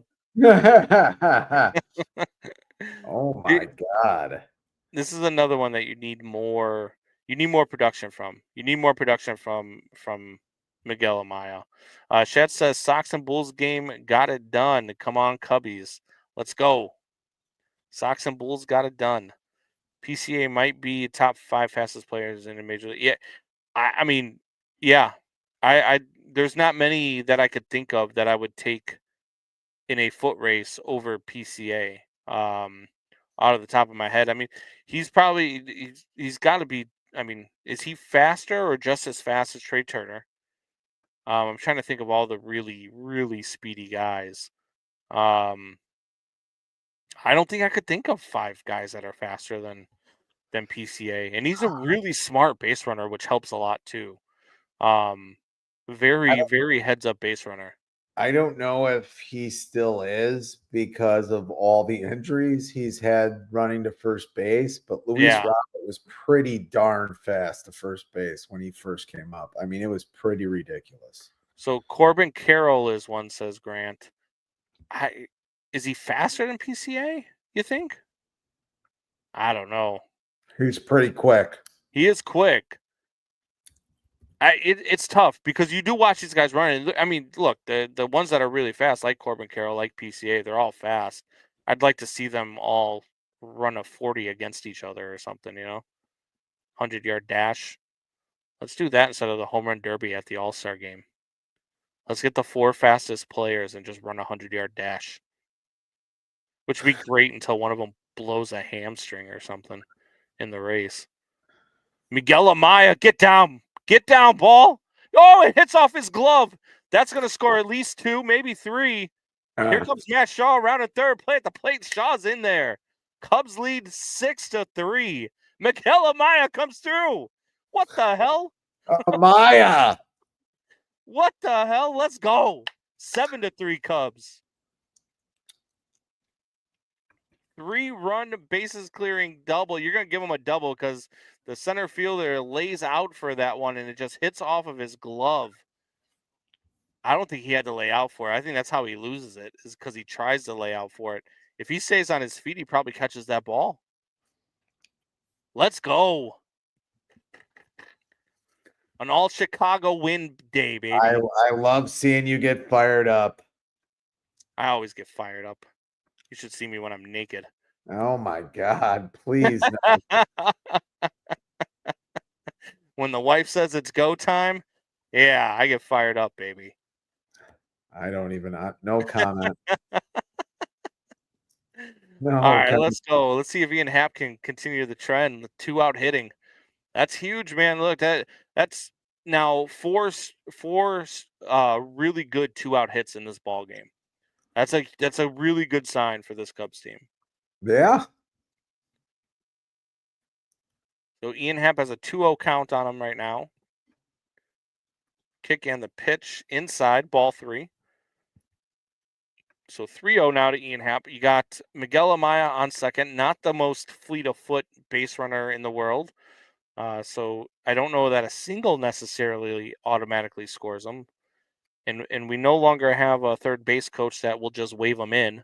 So that's good. And ball 4. So 4 straight balls to Ian Happ. And that's going to bring up Kyle Tucker now. If Kyle Tucker cashes my home run bet right now, I am going to lose my mind. Look, he was plus 500 to hit a home run. It's an easy bet. I also bet Matt The Shaw plus Mariners are 950. still down. What's that? The Mariners are still down. 1-0. I saw that they had runners on first and second with one out in the sixth. But I don't know if the A's got out of that or not. They did. It's the top of the seventh. Damn it. Pissed me off. All right, so Kyle Tucker now, after a mound visit, with runners on first and second, top of the fifth. Cubs lead 7-3. Miguel Amaya with a big 2-out double. Ian Happ then walked. And Kyle Tucker looks at ball. Oh, my God. That ball was called a strike. That ball was inside of the left-handed batter's box. Called for strike one. That is wild. You're asking for a lot. You got an Amaya, blue Look, just be good at what run blue pit. Just be good at your don't let the job. You gift have horse in one the job. mouth. You're an umpire. You're behind the plate. You have one job. Call the strike zone. Know the strike zone. And this guy's been terrible at it all night long. 2-1 now to Kyle Tucker. Don't make me punch you. We've had a good night so far. Don't make me want to punch you in the face. You haven't driven to Indiana since like 2023. When are you gonna punch me? That is not true. It's 2025. It is not true. We did a show at your house like 6 In months ago. 2023. It We did was not do it 2024. We did not do It it. was over the summer. I know that for a fact. No. I don't I don't trust you. I don't trust you. It was. Michelle, what happened? I heard you yelling. He slipped in the shower. The Cubs had a big play, Michelle. I mean, what do you think?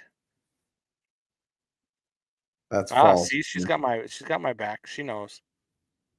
He's cheering on this game like it's game 6 of the World Series.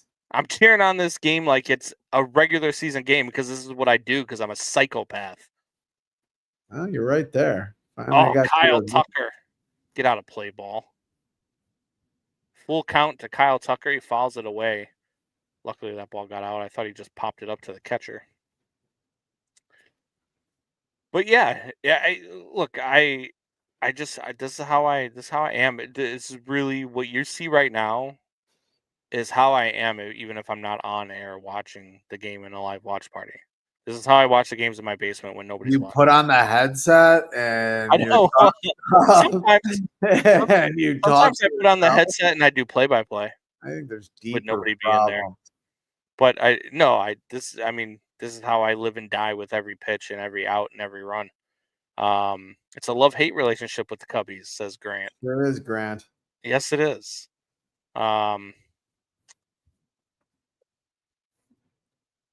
Tucker fouls it off again.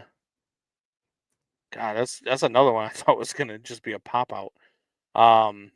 Which one of you has to clean the other's house wearing a French maid outfit? That is neither of us. We never did that one. I don't think we did that one. I think one of us has. I think you have to go shopping in a sun. Yeah, in a sundress. I think you want us to. I still have to mow your lawn in a thong. So there's that. I think we should just end the show and stop doing it so we never have to pay off these bets. Yes. Addie and Allie says, did you watch the Tokyo series? I did watch the Tokyo series because I'm a nutbag and I woke up at 5 o'clock in the morning. Even though I work 15-hour days, I woke up at 5 o'clock in the morning to watch the games.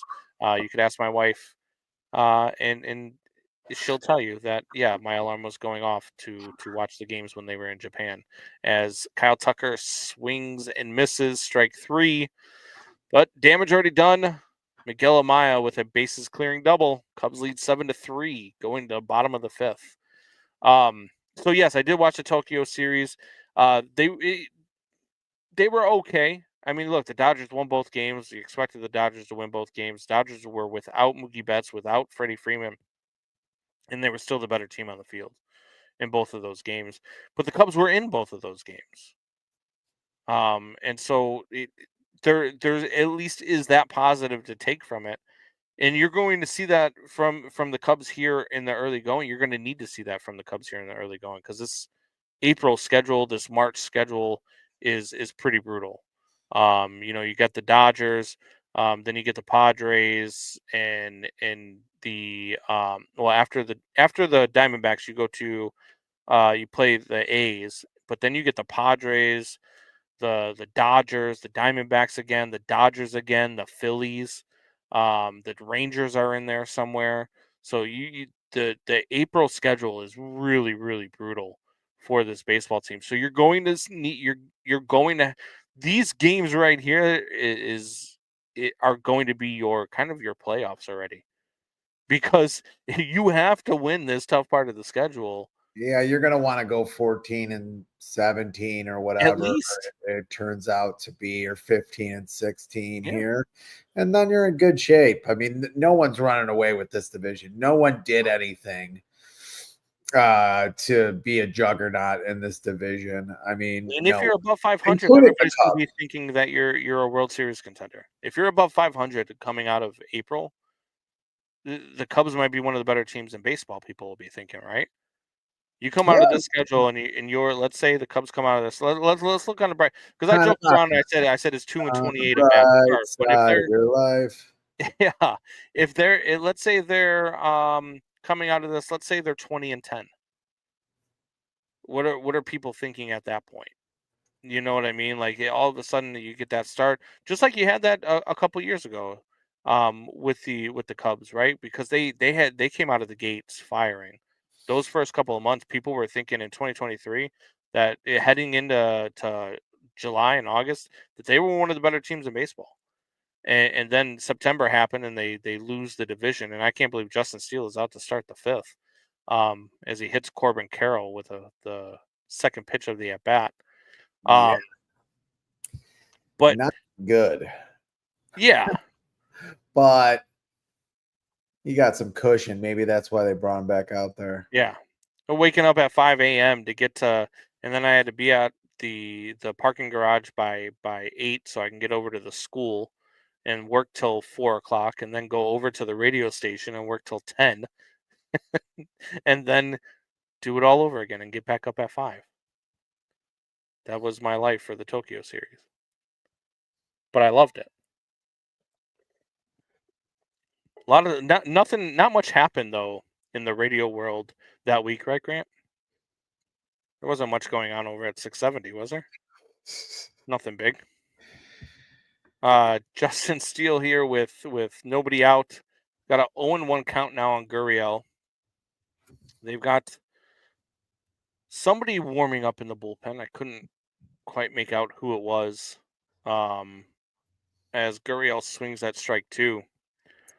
So probably Justin Steele's final batter because whoever was warming up looks like they were ready to go. So let's see what Steele can do here.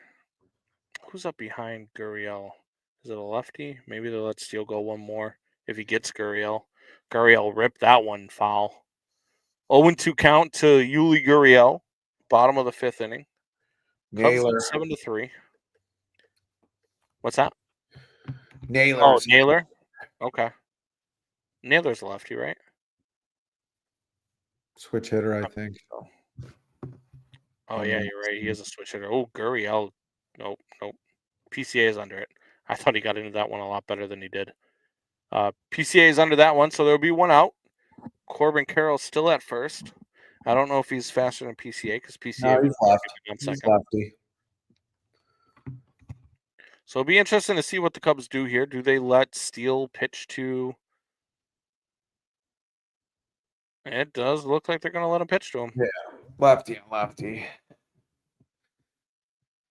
See if we can get a ground ball double play to get out of it here. It'd be to me, amazing that Steele gets through 5 innings. If he gets through 5 innings, and that's a huge win for the Cubs. Grant says no, nothing was going on. No, not at all. It's been a couple of weeks over there. That's for sure. Love my job. But when one door closes, another one opens. Yeah, always. Every single time. Let's see what happens. Dustin Steele tried the pickoff. Ooh, he had Carroll leaning too. Naylor went on that. Oh, said he didn't.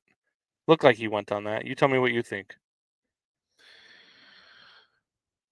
I think he went. I think he went too.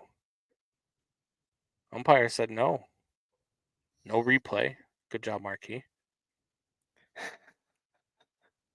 Oh, double play ball here as Bush throws it almost away. Wow, what a play by Dansby Swanson to turn that double play. Holy hell. It's Michael weird how I Bush, get to see the plays like right after you. Good I play. thought Bush screwed up that double play with that Yeah, throw, and Dansby Swanson from a knee falling down is able to return that ball to Bush. Wow. he's a very good defensive shortstop. Oh, That's one thing you can't take yeah, away from. one of the better ones. I mean, Gold Yep. Glover for sure. Oh Uh, yeah.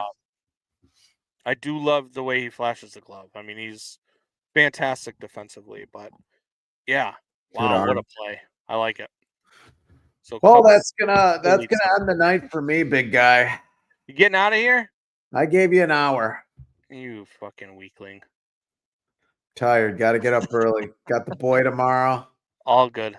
Spring break. It's gonna be Yeah. 70 something degrees. Hopefully, it doesn't Oh, rain too much. yeah, hopefully. We got I got work in the morning and then I am off from the station tomorrow night. My birthday's on Saturday. So we'll be doing something. I'm not sure what. What are you guys doing this weekend? Oh, we'll have Any another birthday show. Yeah, yeah. Probably not. Wife would kill me. Wife would kill me. She already doesn't see me as it is. It's probably why Yeah. we're still married though. Probably. Absence makes the heart grow fonder, especially Yeah. with you, I'm sure. Yeah, oh, definitely with me for absolutely 110%. Even when I'm here, I'm not here.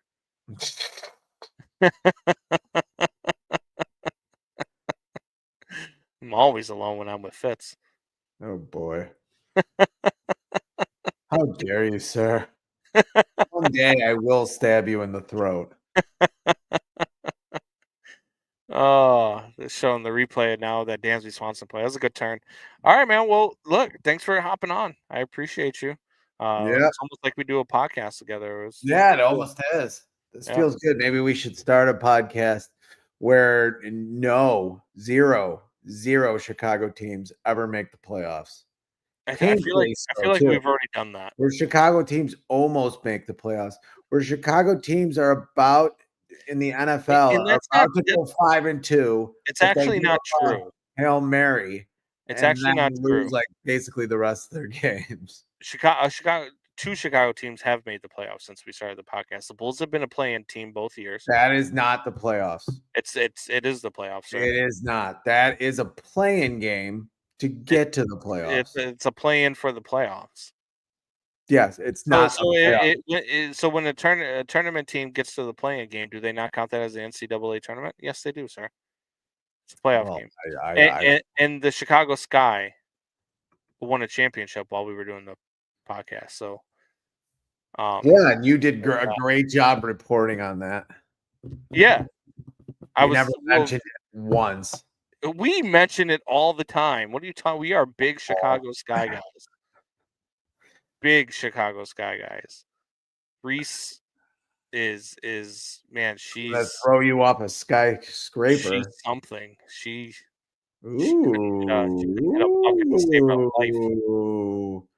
Let's delve into that on the next episode of Windy City Sports Talk with Combs and Fitz. Should we boycott the Bulls until the Sox are sold? We should boycott the Bulls and the Sox until the Bulls and the I would Sox are sold. I would think by this time next year the Sox have a different owner. I mean, I would I agree. it would be hard to believe that they don't. I would believe by the end of this season they have a new owner. Yeah, that could be, but by this time next year, they're not going to go into another off season with this ownership. It's just not. This is Yeah, the death rattle. I agree. You could hear the death rattle at the stadium today of this organization. So, but Well, all right, Combsy. all right, man. Have a good Hopefully, night. you Thank win, you for I hope joining. you win. Hopefully, you win your parlay. Hopefully, let's go I'll be Mariners. checking in the Ooh, morning. Michael Busch just got hit on the hand. Or was that the bat? But yeah, no. Thank you for joining. I will. We'll talk over the weekend. We'll Sunday 2 o'clock, right? Is that what we're planning? 5 o'clock, 6 o'clock, 7 o'clock, 9 o'clock. Rock. I'll get back to you on that. All right. Yeah. 1-1. 1-1. Let's go. Seattle just tied the game with a Let's man on go. third and nobody out the bottom of the seventh. Love it. Let's go Ducks on the Mariners. pond. If anybody can Or blow a a late duck lead, on it's the the pond, A's. Oh, go Michael Busch. Buck would say. Ooh. All right. Godspeed. Have a good one. Take us home. Talk to you Later. later. Bye. All right. So while he was trying to get off of here and yammering away, the Cubs, Michael Busch, they had a runner at first. He grounded one out back to the pitcher. It looked like he was going to have a chance to beat it out. He almost did. It's out by about a step and a half. So the Cubs have Seiya Suzuki on second with one away, and Dansby Swanson at the plate. Come on, Dansby. As he watches a breaking ball up in the zone, he doesn't like that call. It was in the zone though. He did not like the call. 7-3 Cubs, top of the sixth, one out. Dansby takes ball two, or ball one, I should say, 1-1. Thanks to everybody who has joined tonight. Addie and Allie, Grant. We've had Shanna. My wife Michelle's been on there. My son Brandon. Q was on here earlier. Bad on Sports. Thank you to everybody who's chimed in watching this Cubs watch party. Opening day 2025. Sweating out some parlays. Sweating out some bets. Let's see. 3-1 count now to Dansby Swanson. Nelson still in for the Diamondbacks. Here's the pitch. Swanson swings and misses at a ball up and out of the zone. Strike two, but that swing right there is a product of the first called strike that he didn't like that was up in the zone. So not really willing to take any chances there, down 3-1. Asked the umpire if that ball was up. Umpire probably said no, it was a strike because his umpire is terrible behind the plate. That's why the ABS system that they had in spring training needs to be brought to the regular season. And the fact that they didn't bring it to the regular season is an absolute joke. This should have been done 15 years ago. No reason why it's not here yet. Dansby fouls that one away. Still full count. Dansby Swanson, runner on second. Seiya Suzuki. One out. Nico Horner is on deck. He's hit the ball hard 3 times tonight. Here's the pitch. Swanson fouls that one away. Addie and Allie says, yes, I'm a Dodgers fan, but I enjoy watching the Cubs games as well. Very good team, especially for the Midwest teams. Thank you. Appreciate it, Addie and Allie. I love watching the Cubs. Dodgers, I mean, look, what a powerhouse, man. That team's going to be really tough to beat, really strong for a lot of years here. Swanson swings and misses at a ball up and out of the zone, looks back and says something to the umpire, probably to the effect of, that's your fault. I have to swing at those because you're calling them strikes and they're not strikes. So now there'll be 2 outs and a runner on second with Nico Horner up. Cubs have had about 4 really good 2-out hits tonight. Let's see if we can get a fifth one here from Nico Horner with a runner in scoring position. As he takes the ball up and in. But yeah, Addy and Allie, I do believe that the Dodgers, as long as they stay healthy, I don't know. They're definitely winning the West. Um, I think the Phillies are really damn good too. Um, but I think it's between them two for the National League pennant. I think the Padres are also going to be a tough out, but I think the Phillies and the Dodgers are just in a league of their own compared to the rest of the league. And there it is. Another nice 2-out hit with a runner in scoring position. And Nico Horner comes through this time. 8-3 Cubs, top of the sixth. Let's go. 2-out hitting with runners in scoring position have been so bad over the last couple of years for the Cubs, and they have now had 5 hits with 2 outs and runners in scoring position tonight. Gotta love it. Gotta love it. Great 2-out hitting. Fantastic.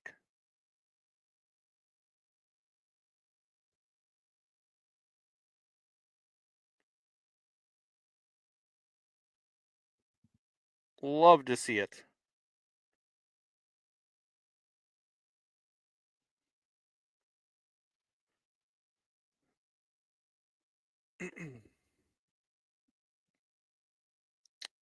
So Diamondbacks are going to make a pitching change. So we're going to have a break in the action. I am actually going to take a quick break as well, and I will be back here in just a couple of minutes. We're going to take a break with them, and I am going to take a small break myself. So I will be back in just a couple of minutes with more of this Cubs watch party if I could find the stuff that I need to do so. We'll be back in just a moment. Where the heck are we at? There we are.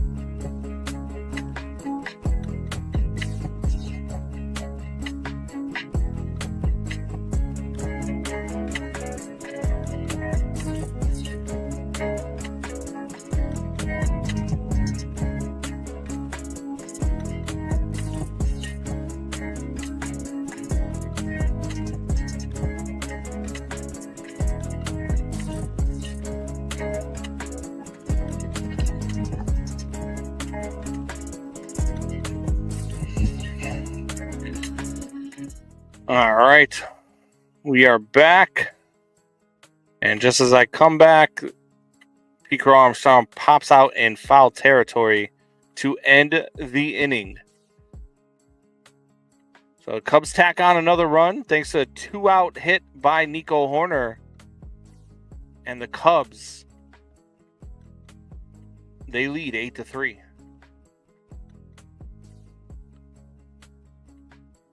Been a really good night for the Cubs. Really good hitting all around. I like what I've seen tonight. Something we did not see from them in Tokyo. But look, season's early. Don't want to get too excited as the A's just took a 2-1 lead on the Mariners. If you're just tuning in, I need the Mariners and the Cubs to both win to finish off my parlay. But the Mariners are not getting it done. Oh, Cubs lead 8-3. Bottom of the sixth coming up. See if Justin Steele.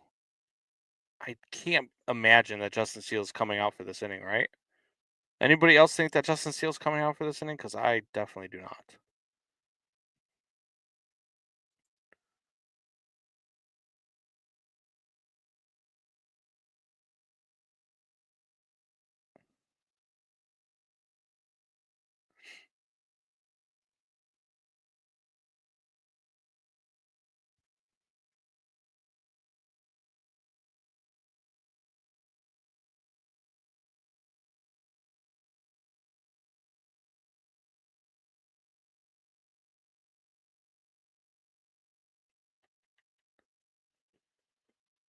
Whoa. Had some text messages coming through. Did not see. Hopefully, we're going to have another guest on here soon. Tyler Buterball might be joining the show. See if I can send him a link here real quick.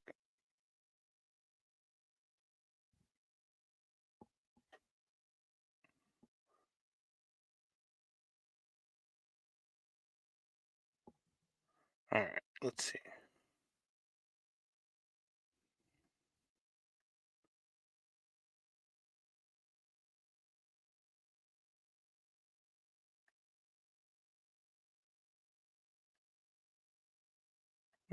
Where did it go? So the Cubs bring in Pearson to face Moreno. So Pearson will be the first Cubs pitcher out of the bullpen tonight. See what he can do as he delivers a strike one to Moreno.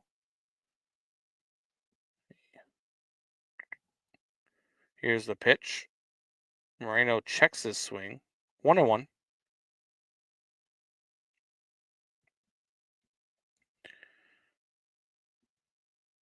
Let's see how the chat goes, and if we keep it up, we'll keep talking about other stuff. Might go to a play-by-play style here for the last couple of innings.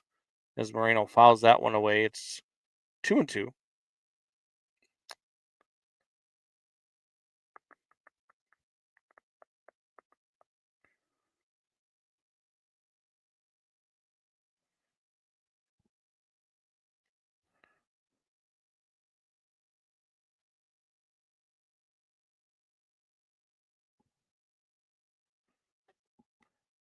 And here's the pitch from Moreno, the 2-2. Outside and wide. 3-2 the count. So what have you guys been thinking, Addie and Allie, Shanna, Grant, all those watching? What have you guys thought about opening day so far? What was your biggest surprise? What's your biggest disappointment? Have you guys been enjoying baseball all day long? Have you been a nut like me and watched just about every game that you can? I was watching baseball while I was at work, listened to it on the way home, watched it when I got home, and have not stopped since. 3-2 count to Moreno. Nate Pearson on the mound for the Cubs in relief of Justin Steele, and he walks Moreno. So now a runner first for the Diamondbacks to lead off the bottom half of the sixth inning.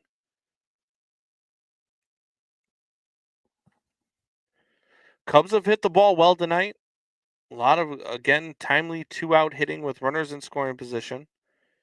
And now the Cub killer himself, Eugenio Suarez, steps to the plate with a runner on first and nobody out. Pearson's first pitch is low, bounces off of Maya. But Moreno does not go anywhere. So 1-0 count, runner on first, bottom of the sixth. Cubs up 8-3. Pearson delivers. Suarez takes a healthy hack and misses a 91-mile-an-hour fastball. At least it looked like a fastball.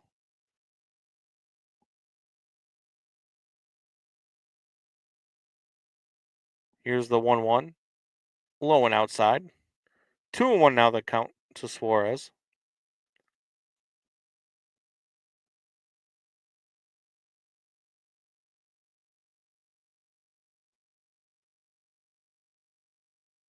Kick and the pitch. Oh, and Suarez gets hit on that back elbow. So now, all of a sudden, Pearson, who was ahead in the count, finds himself with runners on first and second. That hit him on the bicep, actually. That stung a little bit as he hopped up and down. Now Maya and Dansby Swanson meet Pearson on the mound to try to calm him down, and out comes Tommy Hotovy. Try to calm the reliever down. Nate Pearson. Just want to throw strikes, kid. Let the defense play for you. Get the ball over the plate. Settle in. Let's get a double play ground ball here. Let's get out of this cheap. First and second, nobody out. Bottom of the sixth inning. Cubs up 8-3. Opening night 2025. Domestic opener, as a lot of people are calling it. Cubs did open up that 2-game series internationally in Japan against the Dodgers.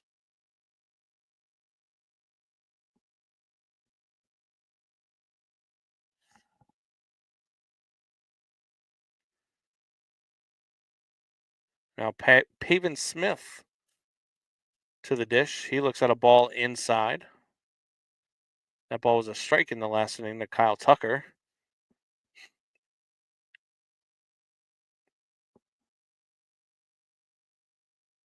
Here's the pitch.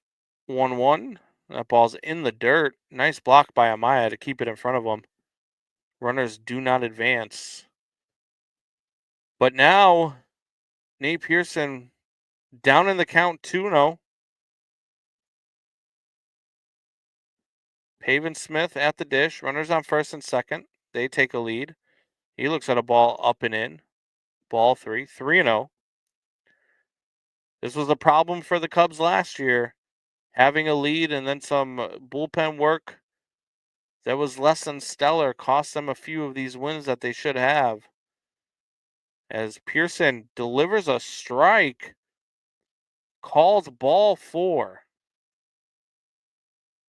Unbelievable that ball was called a ball 4. That ball is in the zone. But look, when you're not throwing strikes and you're having trouble commanding the zone, sometimes the umpire loses it too. The problem is that this home plate umpire really has lost his zone all night, so it's tough. And now here comes McCarthy, and McCarthy looks at strike 1 low in the zone. Jake McCarthy's 0 for 2, is ground out and a strikeout. Last season hit .285, had 8 home runs and 56 RBIs. 749 OPS for McCarthy. Bases loaded. Nobody out. That ball's a ball. This is unreal. I mean, you can't make this up. That's a beautiful pitch. And now this one's outside a little bit, and it now all of a sudden, instead of being a 1-2 count, it's a 2-1 count. You know, when you have umpires that have a tight zone like this, or actually a sporadic zone, I should say, like this, as McCarthy fouls that next pitch away, and it's 2-2 now. You don't know what's a strike and what's a ball. Whether you're a pitcher or a hitter, you change the outcome of at bats, and you change the outcome of pitch selection. And that's not good for the game of baseball, which is why the ABS system should be a thing here in the regular season as well, as Pearson misses on that one. So it's going to be a full count. Nobody out. Bases loaded. Nowhere to put McCarthy. Here comes the 3-2. Kick and the pitch. And McCarthy swings and fouls that one away. Hard to tell if he fouled it or if he had missed it at first, but called a foul ball. So we'll do it again here. Full count. Nate Pearson pitching to Pavin McCarthy.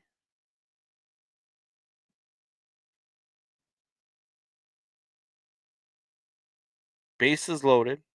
Cubs lead 8-3, bottom 6. Nate Pearson trying to work out of trouble here. See if you can get a big strikeout. Kick and the pitch. And that ball is driven deep to right field. And Tucker is back on the track to make the catch. That's going to score one. Throw comes in. Runner moves from second to third. So you're going to have runners on first and third. It is an 8-4 ball game now. Bottom of the sixth inning.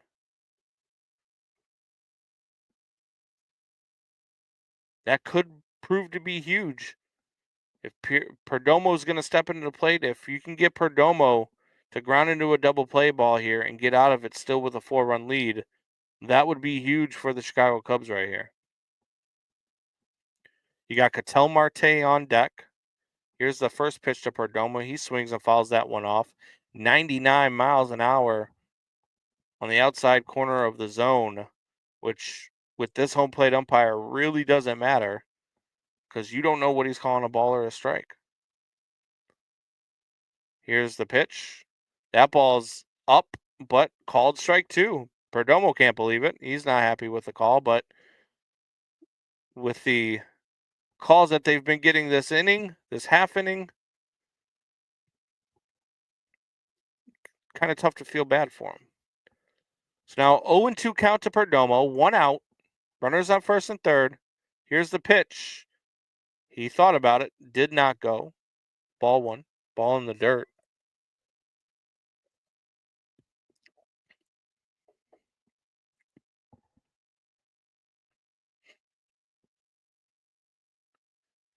One and two count. Here's a pitch to Perdomo. He hits that one into left field. Back is Happ. That's going to score another run. It's going to be 8-5, but now 2 outs, and the runner stays at first base. So a 3-run lead now for the Cubs, who led 8-3 coming into this inning. Pearson's worked himself into a little bit of trouble. Looks like the relievers are already out in the bullpen, and Ketel Marte, the very dangerous Ketel Marte, stepping into the dish. The good news is that he can't tie it with a long ball. The bad news is he can bring Arizona back to within 1 with a long ball. The first pitch to him is outside.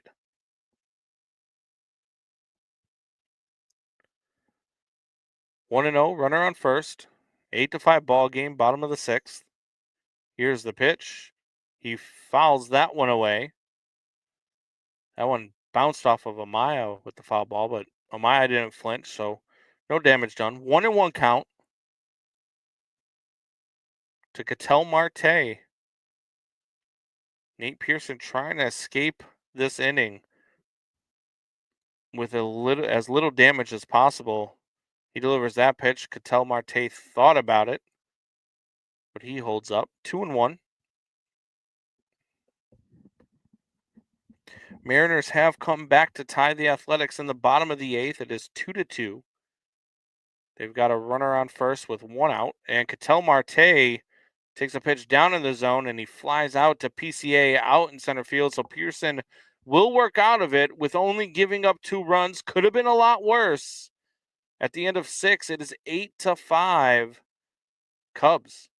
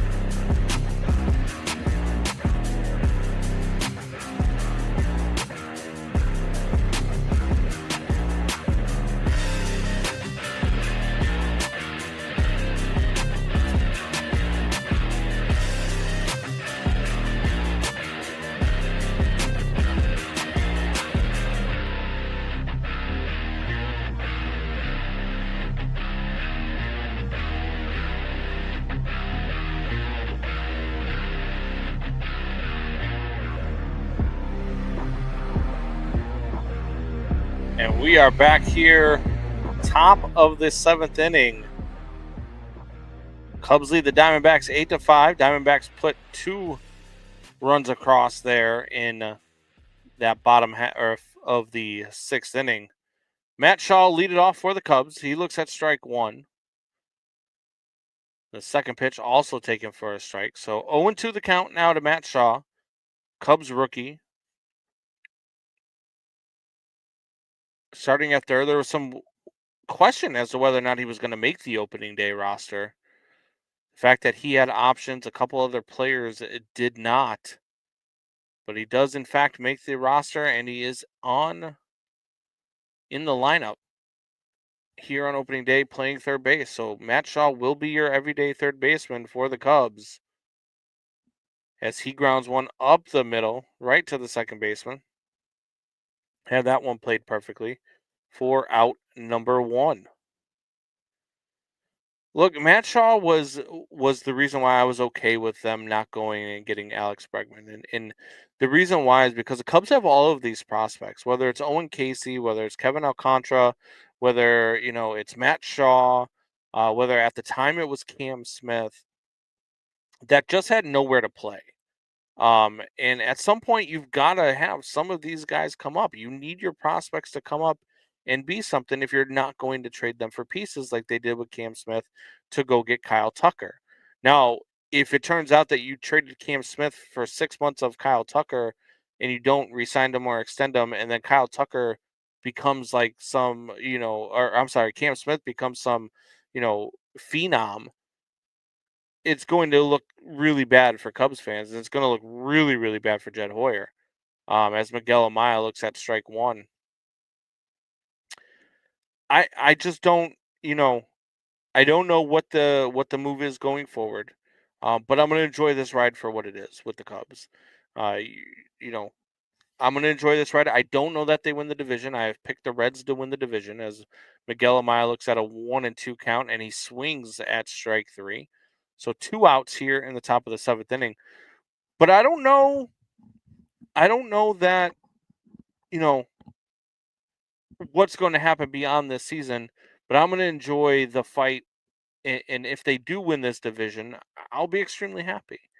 But I'm not expecting it from this baseball team like a lot of people are. As Ian Happ steps in, he swings and misses at strike 1. Pitching now for the Diamondbacks is Beeks. Let me see what we have here. Beeks is, why is his stats not pulling up? Not quite sure, but this is why we do this here and not live, as Ian Happ grounds to second base. So we'll hold off on that. And we are going to go to the bottom half of the 7th inning. Or is it the 6th inning? No, it's the 7th inning. Cubs lead 8-5. It's been a long day. We'll be right back with the bottom half of the 7th inning.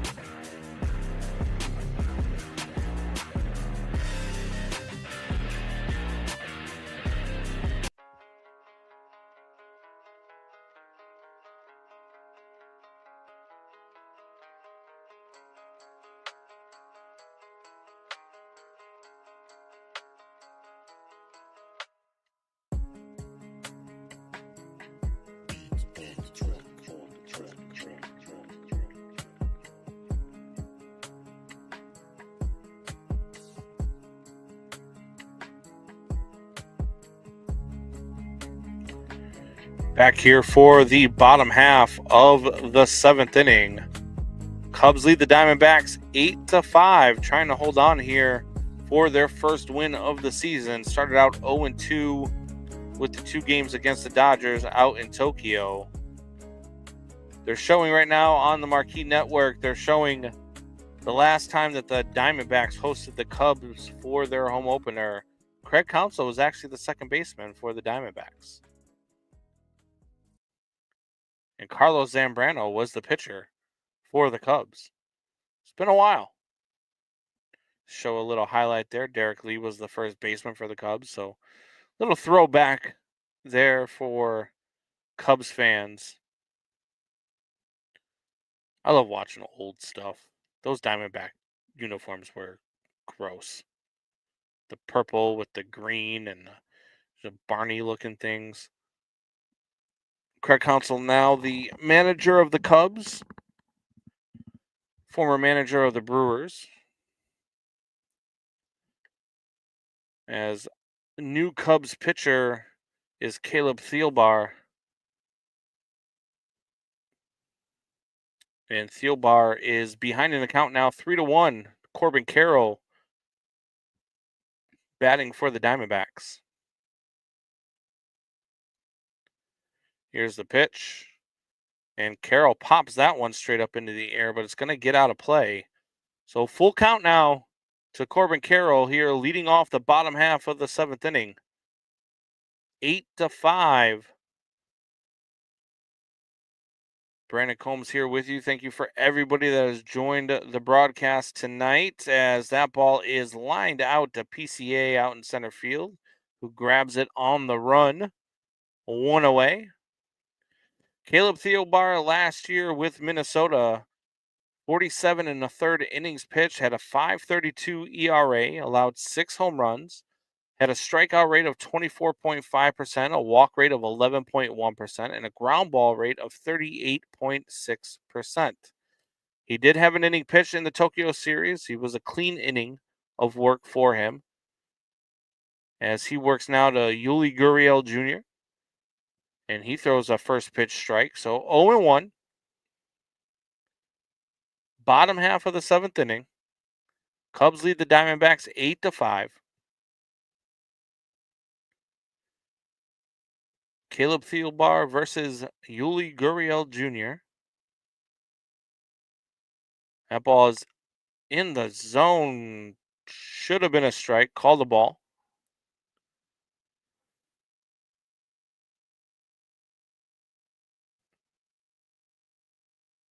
Here's the 1-1 now to Gurriel. And that ball is flown out to left field. That ball's carrying. Happ on the track at the wall, makes the grab with his hand on the yellow mark. That ball just carried. It looked like a pop fly off the bat. Exit velocity was 101.5 off the bat, and that ball just kept carrying all the way to the wall, but Ian Happ makes the catch. No damage done for out number 2. The lady in the front row there in the bleachers was getting scared, ducking away from the ball.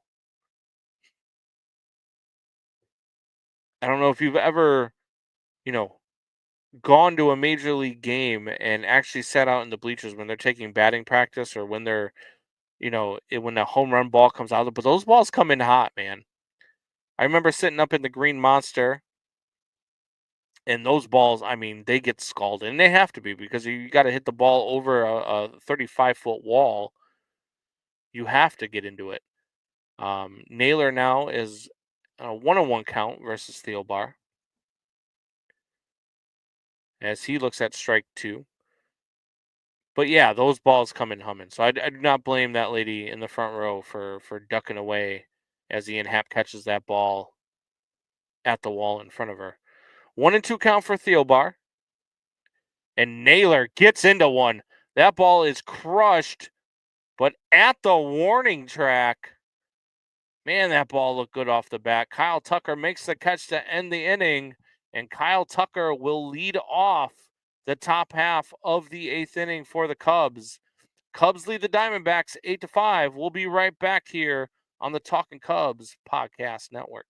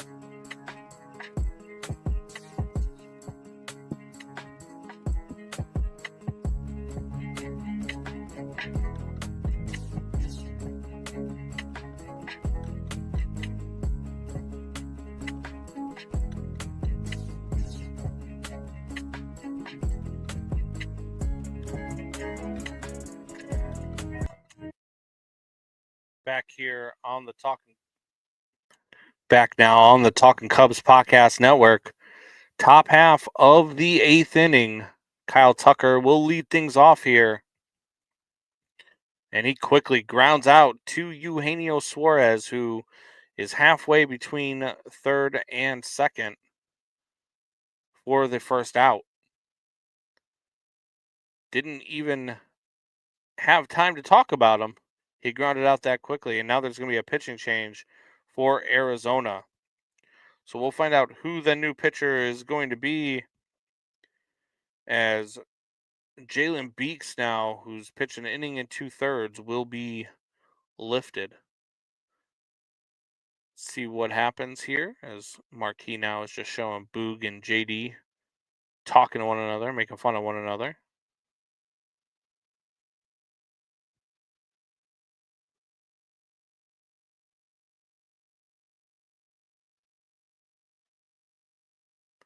And with that pitching change, we will be right back.